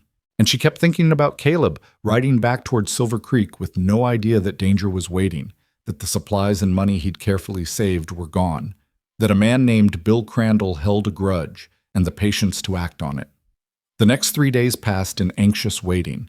Lily stayed close to her father, venturing out only when necessary and always with Sheriff Morrison's deputy nearby. The whole town buzzed with news of Crandall's brazen theft, and miners started traveling in groups, everyone suddenly aware of how vulnerable they were in this remote settlement. Peter continued healing, though the setback from his fall had cost him several days of progress. He worked the crutches doggedly, determination written in every line of his body. When Lily tried to help him, he waved her off. "I need to do this myself, need to prove I can still be useful, still be a man worth having around." "Daddy, you don't have to prove anything." "Yes, I do. To you, to your mama, to myself, most of all." On the 13th day after Caleb's departure, Lily was sitting with her father when she saw a lone rider approaching from the south. Her heart leaped, then plummeted as she recognized the dun gelding. Caleb was back, and she had to tell him everything. She met him in the street, and the smile on his face when he saw her died the moment he read her expression. "What happened?" His voice went sharp with concern. "Your father, Daddy's alive, getting stronger. It's not that." The words tumbled out. Crandall, the theft, the threats, everything. She watched Caleb's face go through several emotions. Anger, fear for her safety, and finally a cold, controlled fury that was somehow more frightening than rage. "He put his hands on you?" Caleb's voice was dangerously quiet. "Just grabbed my arm. He didn't—" "He touched you." A grown man put his hands on a child to make a point. Caleb's jaw worked. "Where's the sheriff?" "Caleb, what are you going to do?" "What I should have done in that canyon. End this before it gets worse. You can't go after him. That's what he wants. He's baiting you." "I know exactly what he's doing. Doesn't change what needs to happen." Caleb's eyes were hard as flint. "But first, I need to see your father, and I need to tell you something." They walked to the hospital together. Peter was sitting up, working his leg exercises with grim determination. When he saw Caleb, complicated emotions crossed his face. Gratitude, resentment, shame, relief. "Mr. Hart." Caleb removed his hat. "Good to see you improving." "Reed." Peter's voice was stiff. "Lily told me what happened, what they took. I'm sorry. If I could have stopped them, you'd have gotten yourself killed trying, and then where would Lily be?" Caleb's tone was matter-of-fact, not accusatory. "You did right. Material things can be replaced. You can't." Peter's shoulders sagged. "Lost your rifle, your money, everything you left to keep my daughter safe. The rifle's a loss, I'll grant you, but the money's not the problem you think it is." Caleb pulled a chair closer and sat down, his weathered face serious. "I need to tell you both something. Should have told you sooner, but the time never seemed right." Lily felt a prickle of unease. "What is it?" "When my wife and daughter died, I had a ranch. Small place, but profitable. After the funerals, I sold it. Couldn't stand being there without them, seeing their things, remembering. Got a good price, more money than I knew what to do with." He paused, choosing words carefully. "I've been living off that money for 5 years, drifting, trying to outrun grief. What Crandall stole was traveling money. What I've got saved is considerable more." The silence stretched. Finally, Peter spoke. "You're saying you're wealthy?" "Not wealthy like railroad barons, but comfortable. Enough to live on for years if I'm careful. Enough to help folks who need it without going broke." Caleb met Peter's eyes. "Enough to make sure your family has what they need, whether you can provide it or not." Peter's face flushed. "I don't want charity." "Didn't offer charity. Offered help. There's a difference." Caleb's voice was gentle but firm. "Your pride's been hurt. I understand that. But your daughter's been hauling water that weighs near as much as she does. And your wife's been sick, and you've been hurt. Pride's a luxury none of you can afford right now. So you just, what? Swoop in and save us? Play the hero? I fixed some boards and bought some supplies. That's not heroism. That's basic decency." Caleb leaned forward. "Mr. Hart, I'm not trying to replace you or diminish you. I'm trying to help your family survive until you can take over again. That's all this is." "Why?" The word burst from Peter. "Why do you care? You don't know us. We're nothing to you." Caleb was quiet for a long moment, his gray eyes distant. When he spoke, his voice carried the weight of old grief. "Because 5 years ago, a neighbor offered to check on my wife and daughter while I was away working. I told him no, said I'd handle it when I got home. My pride said I didn't need help, that I could provide for my family without anyone else's charity." His voice went rough. "They died alone because I was too proud to accept help. So now, when I see people struggling, I help. Because maybe somewhere, someone's helping someone else who would have been mine to care for if I'd lived different." The hospital room fell silent. Outside, miners called to each other, wagons creaked past. Life continued its relentless forward motion. Finally, Peter spoke, his voice barely above a whisper. "I failed them. My wife, my daughter. I chased silver and found disaster. And while I was lying in the dark with a broken leg, they were struggling without me." "You made choices that didn't work out. That's not the same as failure." Caleb's tone was firm. "Failure is knowing people need you and choosing pride over their well-being. Failure is letting shame stop you from doing what's necessary. You want to make this right? Then heal up, get strong, go home to your family, and be present. That's all they really need." "What about Crandall?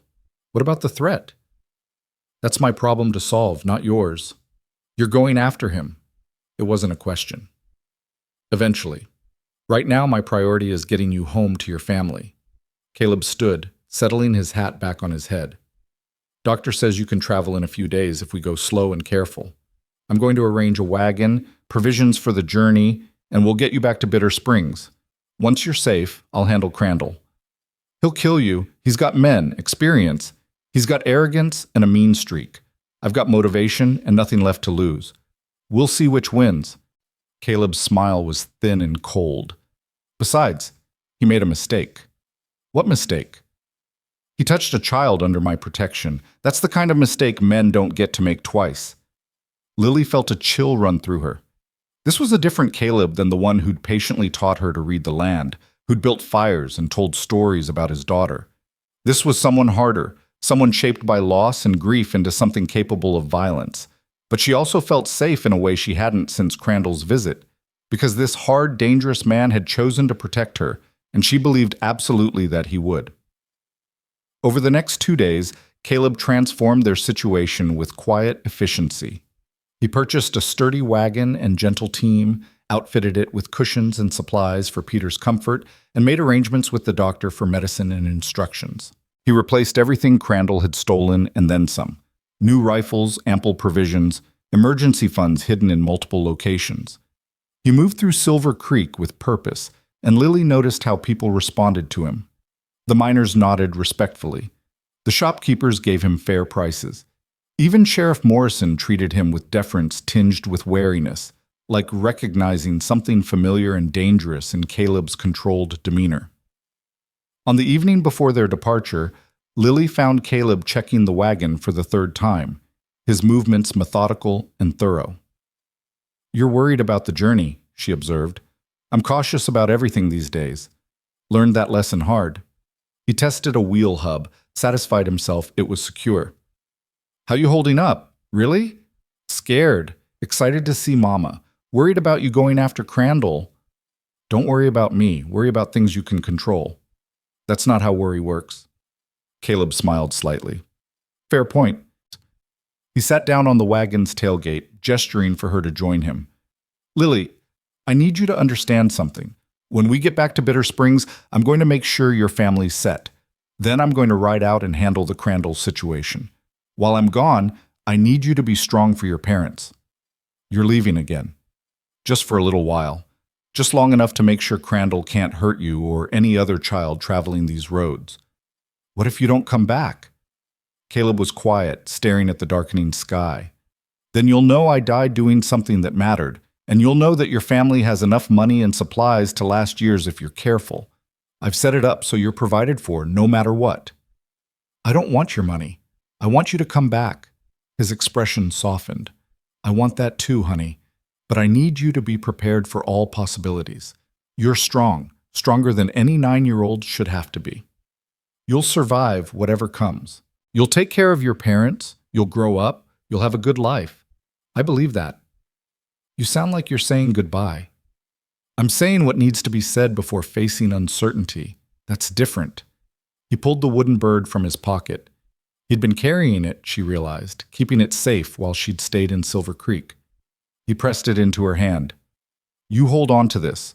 Reminder that we all get a chance to fly eventually, even when we think we're trapped. Lily threw her arms around him, surprising them both. For a moment, Caleb sat frozen, clearly unpracticed at receiving affection. Then his arms came around her, gentle and protective, and he held her while she cried quietly against his shoulder. Thank you, she whispered, for coming back, for helping us, for being here when you didn't have to be. You're welcome, Lily girl. You're very welcome. They pulled apart, both a little embarrassed by the display of emotion. Caleb cleared his throat and stood, brushing dust from his pants. Early start tomorrow. Best get some sleep. Lily returned to her hotel room, but sleep was elusive. She lay awake listening to the sounds of Silver Creek at night, saloon music, distant laughter, the occasional shout or gunshot.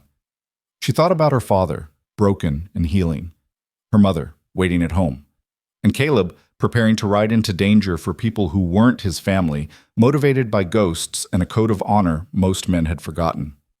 Morning arrived cold and clear. They loaded Peter into the wagon bed, surrounded him with blankets and pillows, and began the long journey south. Caleb drove the team with practiced ease, setting a careful pace that balanced speed with Peter's comfort. The first day passed uneventfully. They made camp early, Caleb building a fire and preparing a hot meal. Peter managed to sit up and eat, his color better than it had been in weeks. How's Sarah? He asked Caleb. Truly? Better than when I left. Fever's gone, strength returning. The medicine helped, and she's got determination to match yours. Caleb poured coffee. She's worried about you, blamed herself for not being strong enough to come herself. That's foolish. She was sick. Love makes people foolish, makes them want to be in 2 places at once, to fix everything, to carry burdens they shouldn't have to carry. Caleb's gaze was distant. She loves you very much, Mr. Hart. That was clear in every word she spoke. Peter's eyes shone with tears. I don't deserve her. Don't deserve either of them after what I've done. Maybe not. But you've got them anyway. That's grace, not merit. Question is what you do with it going forward. I'm going to be better, going to be present, going to stop chasing fool's gold and start appreciating what I have. That's a good start. They traveled for 3 more days, each one bringing them closer to Bitter Springs and the life waiting there. Lily hung back, watching her parents reunite, feeling the rightness of it settle in her bones. This was how it should be, family together, intact if not undamaged, facing forward instead of drowning in what had been lost. Caleb stood beside her, his expression unreadable. You did good, Lily. Took care of your father, survived a scary situation, made it home safe. That's no small thing. We couldn't have done it without you. Maybe. But you did do it. That's what matters. Sarah finally released Peter long enough to turn to Caleb, her face streaming with tears. She crossed to him and, without hesitation, embraced him. Thank you, she whispered fiercely. Thank you for bringing him home. Thank you for everything. Caleb stood rigid for a moment, Then his arms came up to return the embrace briefly. "You're welcome, ma'am. Just did what needed doing."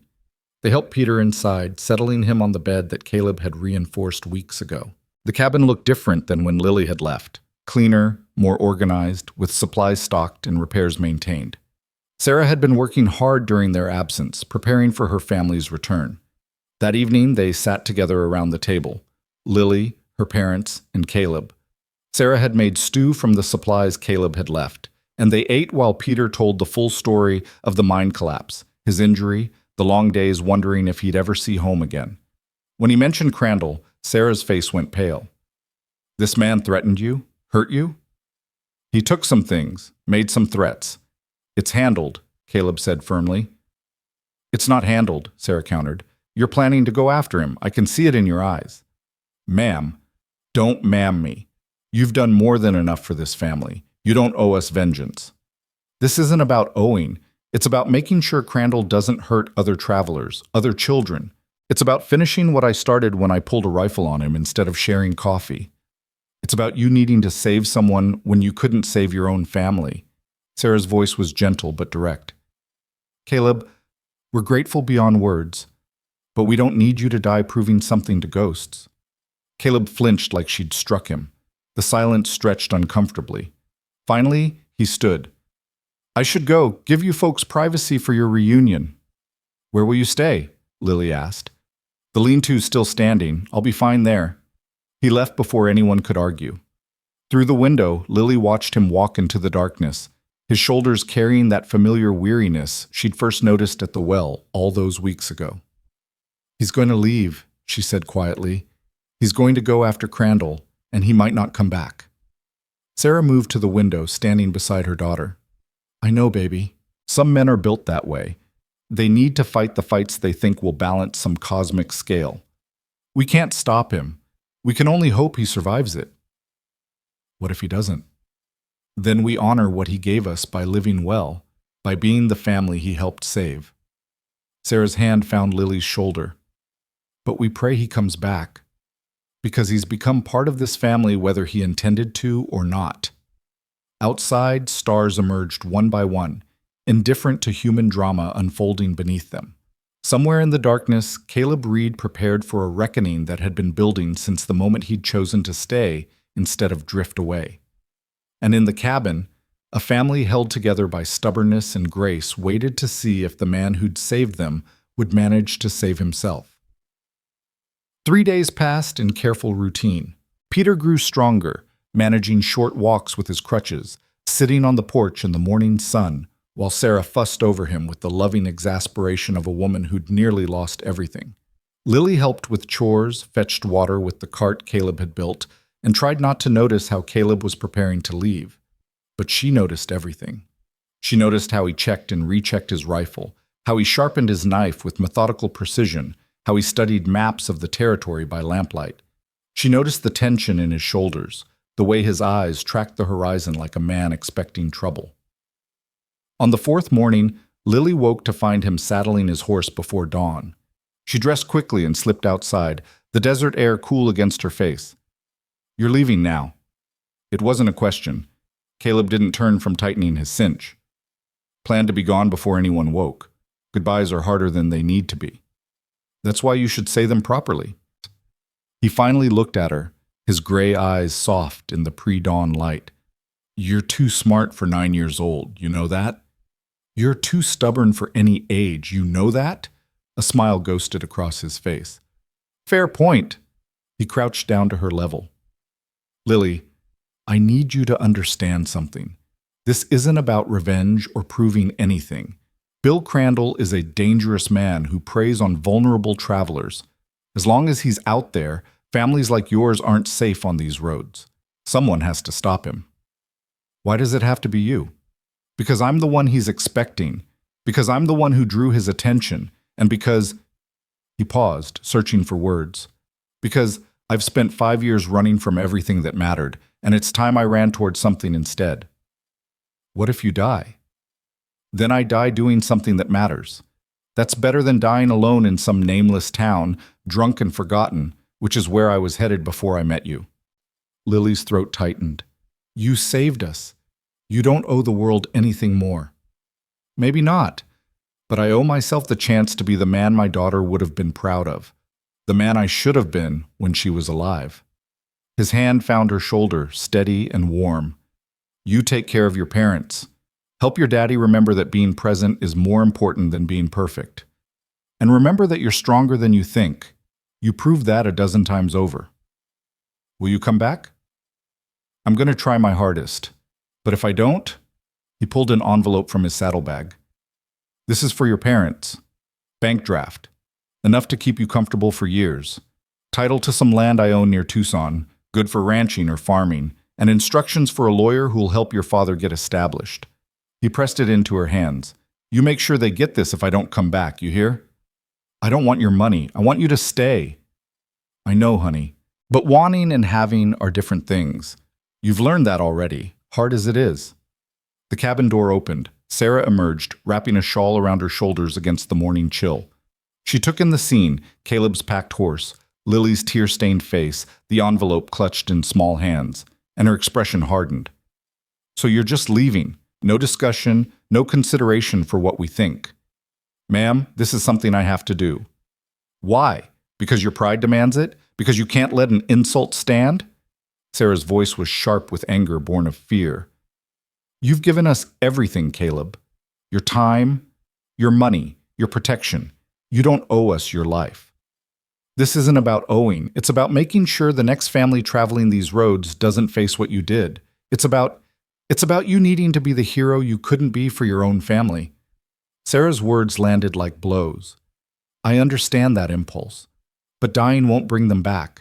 It'll just create more people who grieve you. Caleb stood slowly, his face carefully neutral. I appreciate your concern, Mrs. Hart, but my mind's made up. Then you're a fool, Sarah's voice broke. A kind, generous fool who saved my family, and I'll mourn you when Crandall puts a bullet in you, but you'll still be a fool. Peter appeared in the doorway, leaning heavily on his crutches. Let him go, Sarah. Peter? He's right. Someone needs to stop Crandall, and if Reed here is willing to take that risk, we should respect his choice. Peter's eyes met Caleb's across the dusty yard. But you listen to me, Reed. You come back alive, you hear? You don't get to save us just to throw your life away on some revenge mission. You come back and we'll find a way to make this right. A real way, not a violent one. This is the only way I know, Mr. Hart. Then learn a new way. After Crandall's handled, you learn a new way. Peter's voice was firm. You've got people who care about you now. That means something. Don't waste it. Caleb looked between them. This family he'd stumbled into helping, who'd somehow become more than a project to assuage his guilt. His expression shifted, something cracking in the careful control he maintained. I'll come back if I can, he said quietly. That's the best promise I can make. He swung into his saddle with practiced ease. Lily ran to his stirrup, looking up at him with fierce determination. You have to come back. You promised to teach me to read the stars, remember? You can't break a promise to a child. Caleb's face softened. No, I suppose I can't. All right, Lily girl. I'll come back and teach you the stars. You hold me to that. He touched his hat brim in that familiar gesture, kicked his horse into motion, and rode south toward whatever waited in the empty spaces between settlements. They watched until he disappeared into the shimmering heat, swallowed by distance and dust. Sarah pulled Lily close, her hand trembling on her daughter's shoulder. Well, nothing to do now but wait and pray. He'll come back, Lily said, with the certainty of someone who desperately needed to believe it. He has to. But the days that followed were heavy with absence and worry. Peter continued healing, his leg growing stronger, his spirits improving as he relearned how to be present with his family.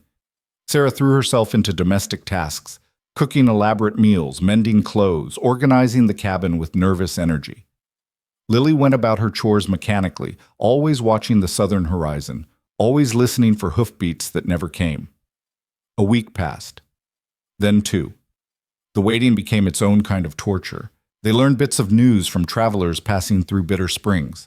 Bill Crandall had been spotted near the Mexican border. A shootout had occurred in a town called Dead Horse Wells. 3 men dead, but no confirmation of identities. It was circular logic, the desperate reasoning of a child who'd lost too much already and couldn't bear another loss. But Peter didn't argue. He simply pulled his daughter close and let her believe. That afternoon, Lily was pulling weeds in the garden when she heard something that made her heart stop. A horse, single rider, coming from the south. She dropped her hoe and ran to the front of the cabin, her pulse hammering. Sarah emerged from inside, wiping her hands on her apron, hope and fear warring on her face. The rider materialized from the heat shimmer, a tall figure on a dun horse, moving at an easy lope that suggested weariness rather than urgency. Lily knew that silhouette, knew that posture in the saddle, knew before she could see his face that it was Caleb. He was alive. She ran toward him without thinking, her feet kicking up dust, her lungs burning. Caleb saw her coming and reined up, dismounting in one fluid motion. Lily crashed into him with enough force to stagger them both. His arms came around her automatically, holding her while she sobbed into his dusty shirt. "Easy, honey. I'm all right. I'm here. You came back. You came back. Told you I would. Couldn't break a promise about the stars." Sarah reached them moments later, Peter hobbling behind her. She stopped 3 feet away, taking in Caleb's appearance with a critical eye. He was thinner, favoring his left side, with fresh scars visible on his hands and a healing cut above his eyebrow. But he was standing, breathing, alive. "Crandall?" Sarah asked simply. "Won't be troubling anyone else. Neither will his men." Caleb's voice was flat, empty of satisfaction or triumph. "It's handled." "At what cost?" Caleb was quiet for a moment. Then he lifted his shirt slightly, revealing bandages wrapped around his ribs. Took a knife between the ribs. "Doctor in Dead Horse Wells patched me up. Said I was lucky it missed anything vital. Hurts like hell, but I'll live." "You could have died." "Yes, ma'am. Almost did, couple of times. But I didn't." He looked down at Lily, still clinging to him like he might disappear. "Had a promise to keep to a very stubborn 9-year-old. That kept me moving when stopping would have been easier." Peter stepped forward, extending his hand. "Thank you. For what you did. For coming back." Caleb shook his hand, and something passed between the two men. An understanding, a mutual respect earned through shared hardship. "Let's get you inside," Sarah said, slipping into the practical mode she adopted when emotions threatened to overwhelm her. "You look half dead and completely exhausted. When did you last eat?" "Yesterday? Maybe the day before. Time got fuzzy." They helped him into the cabin, settled him at the table, and Sarah began heating stew while Lily hovered anxiously nearby. Caleb moved carefully, each breath clearly painful, exhaustion written in every line of his body. But he was here. That was what mattered. Over the meal, he told them pieces of what had happened. How he'd tracked Crandall to Dead Horse Wells, a lawless settlement where wanted men congregated.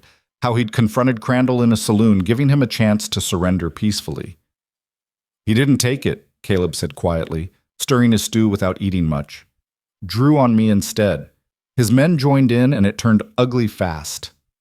"How many?" Peter asked. 5 total. Crandall and 4 associates. Caleb's expression was distant. 2 died in the saloon. Crandall and another tried to run.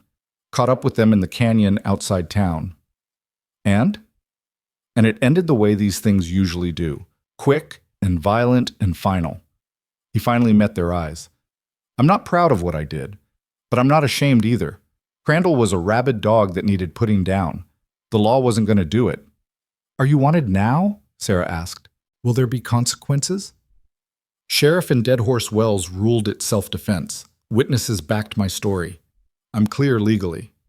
He paused. "Morally, I'm still working through it. Killing men, even bad ones, takes something from you. I'll carry those deaths with me for whatever time I have left." Lily couldn't stay silent any longer.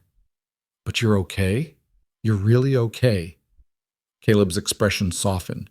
He reached across the table and took her small hand in his scarred one. "I'm really okay, honey. Hurt and tired, but okay. And I kept my promise. I came back." "What happens now?" Peter asked. "You planning to stay? Or is this just a stop before you move on?" The question hung in the air, weighted with hope and fear, and the knowledge that Caleb had always been a drifter, someone who moved through lives without putting down roots. Caleb was quiet for a long time, staring into his stew like it held answers.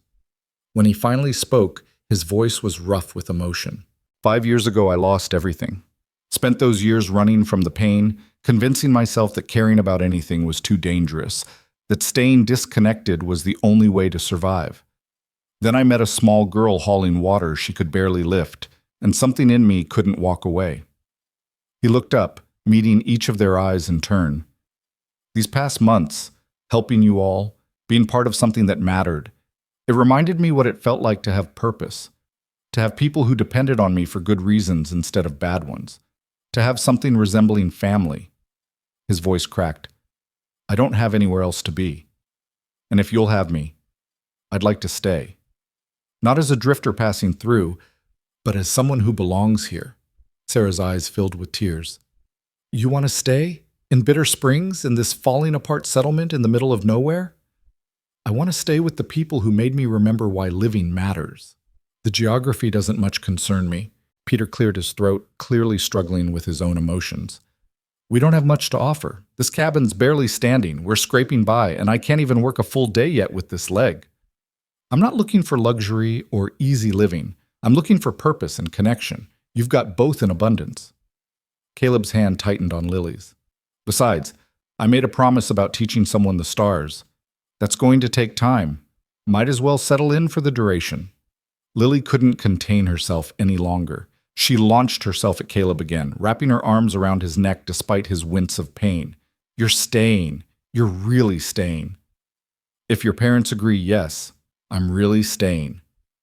Sarah and Peter exchanged a long look, one of those wordless conversations that long-married couples had mastered. Finally, Sarah nodded. Your family, Caleb, have been since you came back that first time instead of riding away. If you want to stay, we want you here. She paused, wiping her eyes. But I have conditions. Name them. You stop risking your life for people who don't deserve it. You let yourself heal, physically and emotionally. You remember that you're not alone anymore, that your choices affect people who care about you, and you let us help you the way you've helped us, with dignity and without shame. Those seem like fair terms. And one more thing, Sarah's voice was firm. You stop living in that lean-to like you're temporary. We'll build you a proper room, a space that's yours, because this is your home now if you want it to be. Caleb's composure finally cracked. His eyes shone with tears he didn't try to hide. I want it to be. More than I can express. Peter stood, wobbling slightly on his healing leg, and extended his hand again. Then welcome home, Caleb Reed, for as long as you'll stay. They shook hands, and Lily saw something shift in both men. A recognition that they were building something together, a family forged not by blood but by choice and shared hardship and mutual respect. Over the following weeks, a new rhythm established itself. Peter's leg healed enough for light work, and he began reclaiming his role as provider and protector. Sarah's health fully returned, her strength and joy rebuilding day by day, and Caleb stopped drifting. They built him a room attached to the cabin, small but solid, with a window facing east to catch morning light. Caleb contributed lumber and labor, despite his injured ribs. Peter worked alongside him when his leg allowed, and slowly the two men developed the easy companionship of those who'd seen each other's worst and chosen to stay anyway. Lily watched them work one afternoon, measuring and sawing and occasionally arguing good-naturedly about the best approach to a problem. Sarah stood beside her, kneading bread dough. They're becoming friends, Lily observed. They're becoming brothers, more like. Men who've been through war together form bonds that don't break easy. Sarah's hands worked the dough with practiced rhythm. Your father needed this. Needed to stop trying to be the only hero and accept that he's part of a team now. And Caleb needed us. Caleb needed to learn that staying put doesn't mean being trapped, that roots can be freedom instead of chains. Sarah smiled softly. We're all learning together. That's what family does. One evening, when the room was finished and Caleb had moved his few possessions into it, they sat together on the porch watching the sun set. The desert painted itself in golds and purples, beautiful in its harshness. Caleb pulled the wooden bird from his pocket, the one he'd given Lily, that she'd given back for safekeeping, that had traveled back and forth between them like a promise. I carved this during my first winter alone, he said quietly, after Emma and Margaret died. I was holed up in a cabin in Colorado, and the grief was so heavy I could barely breathe. Carved this bird because I needed to believe that being trapped wasn't permanent, that eventually I'd find a way to fly again. He handed it to Lily. I want you to keep this, not as a reminder of being trapped, but as proof that we all get a second chance. Your parents got theirs when I showed up to help. I got mine when you let me be part of your family. And you, he tapped her nose gently, you're just beginning to understand that childhood doesn't have to be all responsibility and fear. You get to fly too. Will you really teach me the stars? Every clear night until you know them better than I do. And he did. That night and many nights after, they sat together under the vast desert sky while Caleb pointed out constellations and told their stories. Peter and Sarah joined them sometimes, and those evenings became sacred. A family of choice gathered under ancient light, finding peace in the darkness that had once held only fear. Months passed. Peter returned to work, but smarter this time, taking jobs in Bitter Springs instead of chasing distant fortune. Sarah thrived, her garden producing vegetables that fed them and provided surplus to sell. Caleb found work as a carpenter and occasional guide, his skills valued and his steadiness appreciated. And Lily slowly transformed from a child carrying adult burdens into something closer to what 9-year-olds should be, still responsible and wise beyond her years, but with room for play and learning and the simple joys of being young. One afternoon, nearly a year after Caleb had first appeared at the well, Lily found him repairing the porch railing. She sat beside him, watching him work. Do you still think about them, your wife and daughter? Caleb's hands paused. Every day. But it's different now. Different how? Used to think about them with nothing but grief and guilt. Now I think about them with gratitude too. Grateful I had them, even for too short a time. Grateful they taught me how to love fiercely. Grateful that loving them made me capable of loving again, even though I was terrified to try. Do you love us? Me and Mama and Daddy? He set down his hammer and looked at her directly. Yes, Lily, I love you all very much. You're my family now, just as real as the one I lost. Different, but no less precious. Good. She leaned against his shoulder, careful of his still healing ribs. Because we love you too. You're not a guest anymore. You're ours. Caleb's arm came around her, holding her close while he fought to control the emotions that still sometimes overwhelmed him. After 5 years of running, of keeping everyone at arm's length, of believing he'd never again deserve connection, here he was, sitting on a porch in a forgotten desert town, holding a child who'd claimed him as family, part of something imperfect and beautiful and worth every risk he'd taken. Thank you, he whispered, for giving me a reason to stop running. Thank you for coming back when you didn't have to. They sat in comfortable silence, watching the afternoon fade toward evening, knowing that tomorrow would bring its own challenges but facing them together. The well that had brought them together still stood at the settlement's center, and Lily still fetched water from it daily. But now Caleb had modified the pulley system, making it easier for everyone. The bucket that had once felt impossibly heavy now rose smoothly, manageable, shared among neighbors who'd learned that burdens divided were burdens diminished. And sometimes, standing at that well in the early morning light, Lily would think about the day a stranger had appeared and asked a simple question that changed everything. She'd think about the journey from fear to trust, from isolation to belonging, from surviving to living. The wooden bird sat on her windowsill now, wings spread eternal, catching light and casting shadows that danced with promise. A reminder that everything trapped eventually learns to fly, sometimes alone, sometimes carried on the wings of those who choose to love when love seems impossible. Lily lifted the bucket, easier now with practice and proper equipment, and carried it home to the family waiting there. All of them, blood and chosen, building something that looked like happiness in the harsh and beautiful desert that had tried so hard to break them and failed. The seasons turned in Bitter Springs the way they always had, slowly and with little fanfare. Summer's brutal heat gave way to autumn's brief mercy, then winter's sharp nights and spring's hesitant promise. Through it all, the Hart family evolved from survival to something approaching prosperity, and Caleb Reed learned what it meant to be rooted after years of drifting. But transformation was never simple, and healing rarely followed straight lines. It was a spring morning, nearly 18 months after Caleb had first appeared at the well, when the past arrived on Bitter Springs' dusty street in the form of a telegraph delivery. Lily was helping her father repair a neighbor's wagon. Peter had established himself as the settlement's carpenter and handyman, his injured leg mostly healed, though he still limped in cold weather. Caleb worked alongside them, teaching Lily the proper way to set a wheel hub while Peter adjusted the axle. The telegraph operator, a nervous man named Willis, approached with the hesitant gait of someone bearing potentially bad news. "Mr. Reed, got a wire for you. Came through from Tucson." Caleb straightened, wiping grease from his hands.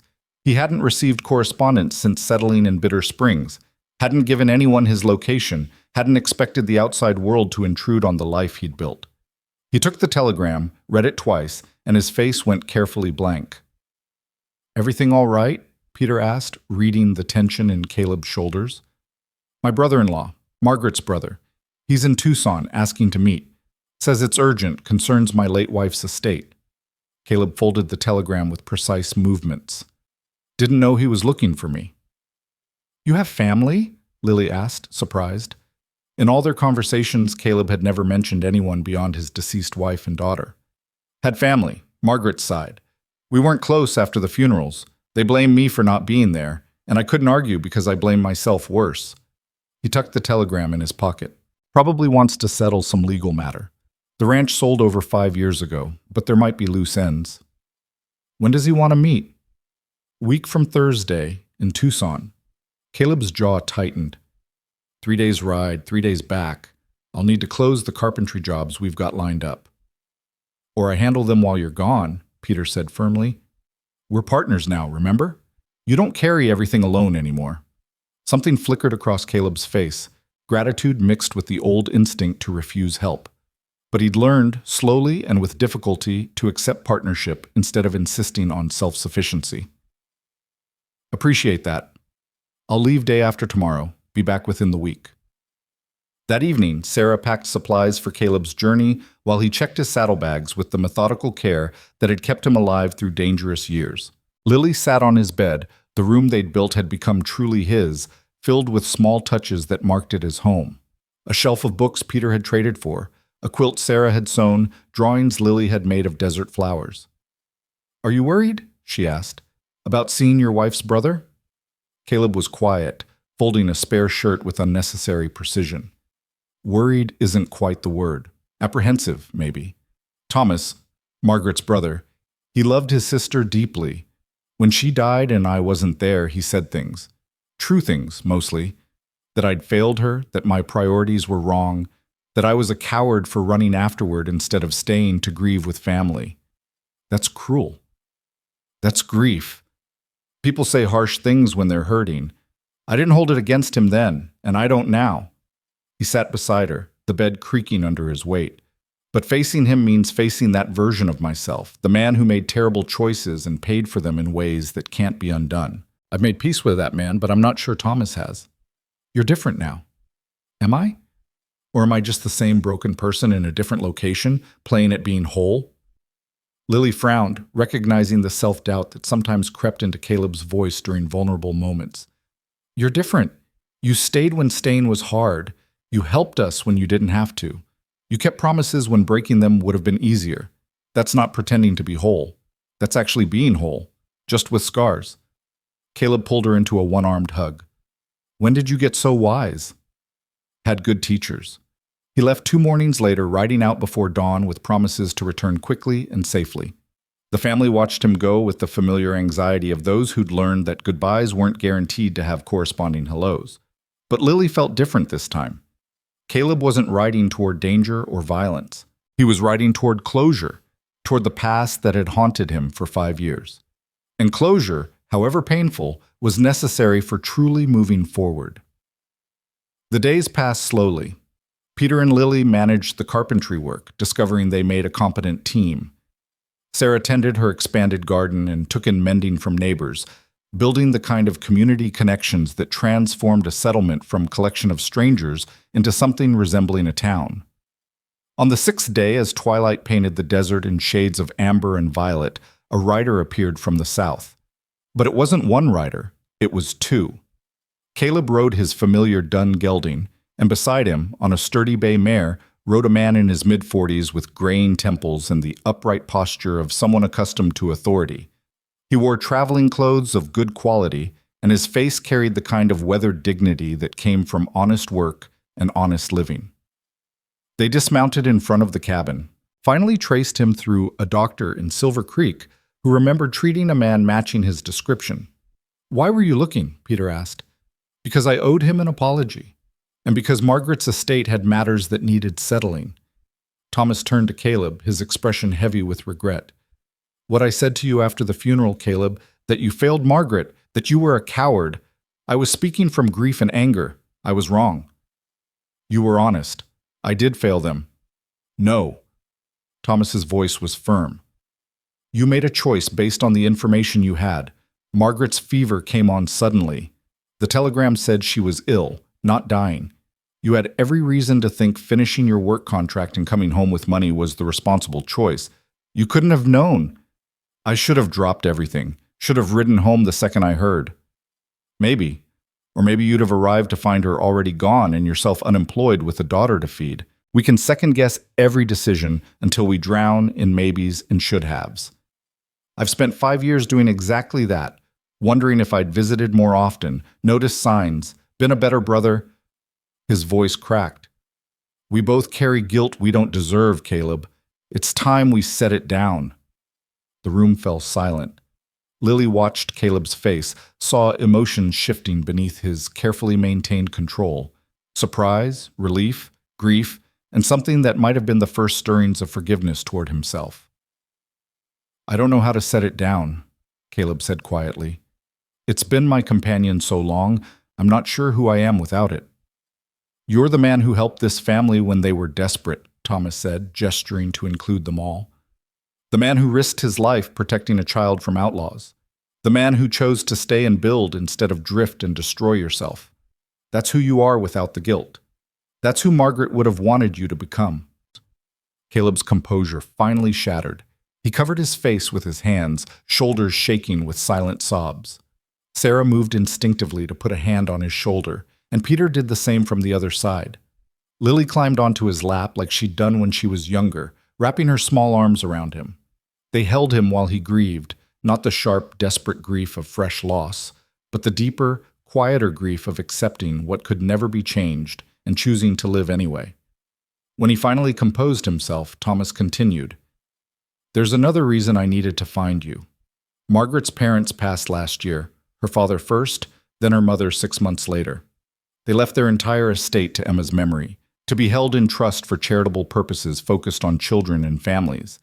But they named you as trustee, Caleb, said that despite everything, you were the person they trusted most to honor their daughter's memory." Caleb looked stunned. "They wanted me after I failed to save her and Emma?" "They wanted the man who loved Margaret enough to carry grief for 5 years. The man who honored Emma by helping other children. They were more perceptive than I gave them credit for." Thomas pulled papers from his saddlebag. "The estate's substantial, enough to fund a school or a hospital or whatever you think would best honor their memory. You have full discretion as trustee." Caleb stared at the papers like they might bite him. "I don't want their money. It's not about what you want. It's about what Margaret and Emma would have wanted. And I think they'd want you to do something good with it, something that helps families like this one." He gestured to the hearts. Families struggling in places the world's forgotten. An idea was forming in Lily's mind, pieces clicking together with sudden clarity. She looked around their small cabin, thought about Bitter Springs' other struggling families, about children who had no school, about mothers who had no doctor, about fathers who chased desperate dreams because they saw no other options. "You could build it here," she said quietly. "The school. The help. You could make Bitter Springs the kind of place where families don't just survive. They thrive." Caleb looked at her, and she saw understanding dawn in his eyes. This was how the past and present could reconcile. This was how guilt could transform into purpose. This was how a man rebuilt himself by building something that mattered. "A school," he said slowly, the idea taking shape. "A real one, with a proper teacher. And a medical clinic, so families don't have to ride 4 days for a doctor. Maybe expand the well system, improve irrigation for farming. Help people establish businesses that aren't dependent on mining's boom and bust. Transform survival into living, Sarah said softly. Give people what you gave us. A chance. Thomas was nodding, a smile spreading across his face. That's exactly the kind of thing Margaret would have loved. She always said the measure of a society was how it treated its most vulnerable. This honors her perfectly. It'll take years, Caleb cautioned. Building infrastructure, finding teachers and doctors willing to come here, convincing people to invest in a settlement most folks have written off. Then it's a good thing you've learned to stay put instead of drifting, Peter said with a slight smile. We'll help. This is our home too now. Over the following weeks, Thomas remained in Bitter Springs, working with Caleb to establish the foundation that would fund their ambitious plans. The Hart Cabin became a planning center, with maps and sketches and budgets covering every available surface. They discovered that Thomas himself was an architect and engineer, skills that proved invaluable in designing a school building, a medical clinic, and the expanded well system. He threw himself into the project with the fervor of someone who'd found purpose after years of aimless grief. This is what I needed, he told Caleb one evening as they reviewed building plans. I've spent 5 years being angry, at you, at fate, at everything. Anger's exhausting. Building something is better. I'm glad you found me, Caleb said quietly. Glad we found each other. Margaret would have wanted us to be family instead of enemies. We are family, and this... Thomas gestured to the plans spread before them. This is how we honor her. Not by drowning in what was lost, but by building what could be. Construction began that summer. Caleb used his carpentry skills. Peter contributed despite his lingering limp, and Thomas supervised with the expertise of his profession. They hired local miners looking for steadier work than the depleted silver mines offered, paying fair wages that Margaret's estate could easily afford. The school rose first, a solid structure with real glass windows, a wood stove for heating, and bookshelves waiting to be filled. Lily watched it take shape with wonder, imagining herself and other children learning within those walls. Will you go to school? Sarah asked her one afternoon as they watched the workers set rafters. If they'll have me. I'm behind, I know. Been working instead of studying. You're bright and determined. You'll catch up fast, and maybe... Sarah's expression turned thoughtful. Maybe eventually you'll be the teacher. You've got patience and a gift for explaining things. The idea planted itself in Lily's heart like a seed. Teacher. Someone who helped others learn and grow. Someone who made futures possible instead of just surviving presents. The medical clinic followed, smaller but well-equipped, with living quarters for a doctor they were recruiting from back east. A young physician named David Chen, husband to Mrs. Chen, who'd befriended Lily in Silver Creek, agreed to relocate, drawn by the promise of meaningful work and a community that needed him. The well system expanded through a combination of new wells and improved infrastructure, making water accessible to everyone instead of forcing children to haul buckets that weighed more than they did. And slowly, Bitter Springs transformed. New families arrived, drawn by news that this forgotten settlement was becoming something more. A general store expanded. A proper church was built. Gardens flourished with improved irrigation. Children played in streets that were no longer quite so dusty and desperate. Through it all, the Hart family and Caleb worked as a unit. Peter's carpentry business thrived as construction boomed. Sarah's garden became legendary, and she began teaching other women her techniques. Lily divided her time between helping her parents and studying with a tutor Thomas had hired, preparing for the day the school would open. And Caleb became the kind of man he'd always wanted to be but never believed possible. A pillar of the community, someone people trusted and respected. Someone who used his resources to lift others instead of chasing personal gain. Someone who'd learned that the opposite of grief wasn't happiness. It was purpose. 2 years after Thomas's arrival, the school opened its doors. 23 children attended that first day, ranging from 6 to 14 years old, all eager to learn despite years without formal education. Lily sat in the front row, age 11 now, and taller than she'd been when Caleb first appeared at the well. She'd grown into herself, still serious and responsible, but with room now for curiosity and joy. Still strong, but no longer needing to carry everything alone. The teacher, a patient woman named Miss Sarah Cooper, who'd come from St. Louis specifically for this opportunity, stood before the class with gentle authority. Education is freedom, she said on that first day. It opens doors you didn't know existed and shows you possibilities beyond your current circumstances. Some of you have been working since you were old enough to walk. That strength and determination will serve you well here. But now you add knowledge to your strength. Together, they'll make you unstoppable. Lily thought about that first day often in the years that followed.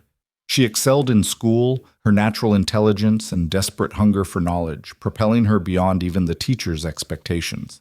She devoured books from the library Thomas had funded, studied by lamplight long after her parents had gone to bed, and began helping younger students with their lessons. By 15, she was assisting Miss Cooper in the classroom. By 17, she was teaching lower grades herself while continuing her own studies through correspondence courses Thomas arranged. And at 19, when Miss Cooper retired to care for her aging parents, Lily became Bitter Springs' head teacher. The circle closed in a way that felt both surprising and inevitable. The girl who'd hauled water alone now taught children that burdens shared were burdens lightened. The child who'd survived through silence now filled classrooms with questions and laughter, and the sound of young minds expanding. Peter and Sarah watched their daughter's transformation with pride that sometimes brought them to tears.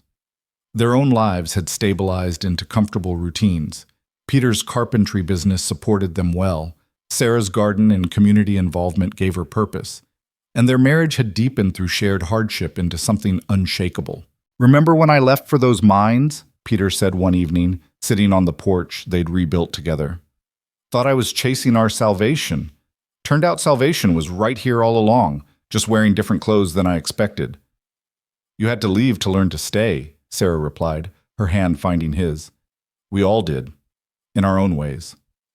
Caleb, now in his early 50s with more gray in his hair but steadiness in his eyes, had become something he'd never anticipated, a father figure to an entire community. Children who weren't his by blood called him Uncle Caleb. Young couples sought his advice. The desperately poor knew they could come to him for help that carried no shame. And Thomas, who'd stayed in Bitter Springs despite initial plans to return to Tucson, had found his own form of healing. He designed buildings throughout the growing town, taught engineering principles to interested students, and formed a close friendship with Caleb that honored Margaret's memory better than years of mutual blame ever could. On a spring evening 5 years after the school's opening, the community gathered for a celebration.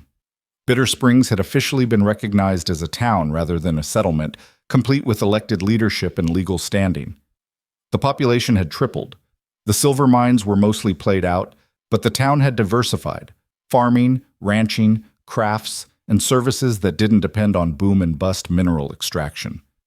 Caleb stood before the gathered crowd, uncomfortable with public speaking but unable to refuse when asked to say a few words.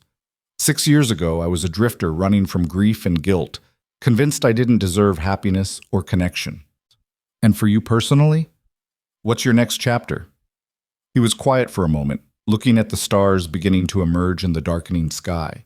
The same stars he'd taught Lily to read years ago, fulfilling a promise that had brought him back from violence and vengeance. My next chapter is being present for this one, being Uncle Caleb to the children, being partner to Peter in our carpentry work, being friend to Sarah and Thomas, and everyone else who's made this town home, being family to you even though you're grown now and don't need me the way you once did. "I'll always need you," Lily said quietly, "just in different ways as time passes. Then I'll be here. In whatever ways you need, that's what family does." Sarah stood, stretching. "Well, this family needs sleep. Some of us have gardens to tend and students to teach in the morning." She kissed Lily's forehead, squeezed Caleb's shoulder, and headed inside with Peter. Thomas followed, leaving Lily and Caleb alone under the emerging stars. "Do you still carry the wooden bird?" Caleb asked. Lily pulled it from her pocket, worn smooth from years of handling, its wings still spread in eternal flight. "Always. Reminds me that being trapped isn't permanent, that everything gets a chance to fly eventually. You've flown far from that well where I first saw you. We both have. But we came back. That's the difference between flying and fleeing." She looked at him in the starlight. "Thank you, Caleb, for stopping that day, for coming back, for teaching me that family is something we build, not just something we're born into. Thank you for giving a broken drifter a reason to stop drifting, for showing me that redemption isn't about erasing the past, it's about building a future that honors what was lost. They sat in comfortable silence, watching stars multiply across the vast desert sky. The well still stood at the town center, but it had been joined by other wells, by buildings and gardens and the infrastructure of community. No child hauled water alone anymore. No family struggled in isolation. The bucket that had once been impossibly heavy for a 9-year-old girl was now preserved in the school, mounted on the wall with a plaque, in memory of the burdens we carried alone and the community we built together. And the wooden bird sat in Lily's pocket, wings spread eternal, a reminder that everything trapped eventually learns to fly. Not by escaping, but by finding the courage to stay and build something worth staying for. Years later, when Lily told this story to her own students, she always ended it the same way. We think being rescued means someone swoops in and fixes everything. But real rescue is someone showing up and saying, "You don't have to carry this alone." It's not about being saved. It's about being seen, being helped, and learning to help others in turn. That's how we transform survival into living. That's how we build family from strangers. That's how a well in a forgotten desert town becomes the foundation of something beautiful. And the children would listen, wide-eyed, understanding that they were part of that continuing story, not its end, but its next chapter, carrying forward the lesson that no burden should be borne alone, and every act of kindness ripples outward in ways we cannot predict. The well that built a family had become a family that built a town, and that town would build futures for generations yet to come. All because one man stopped running, one family opened their hearts, and together they proved that belonging isn't found. It's forged through choice and commitment and the radical act of showing up when it matters most.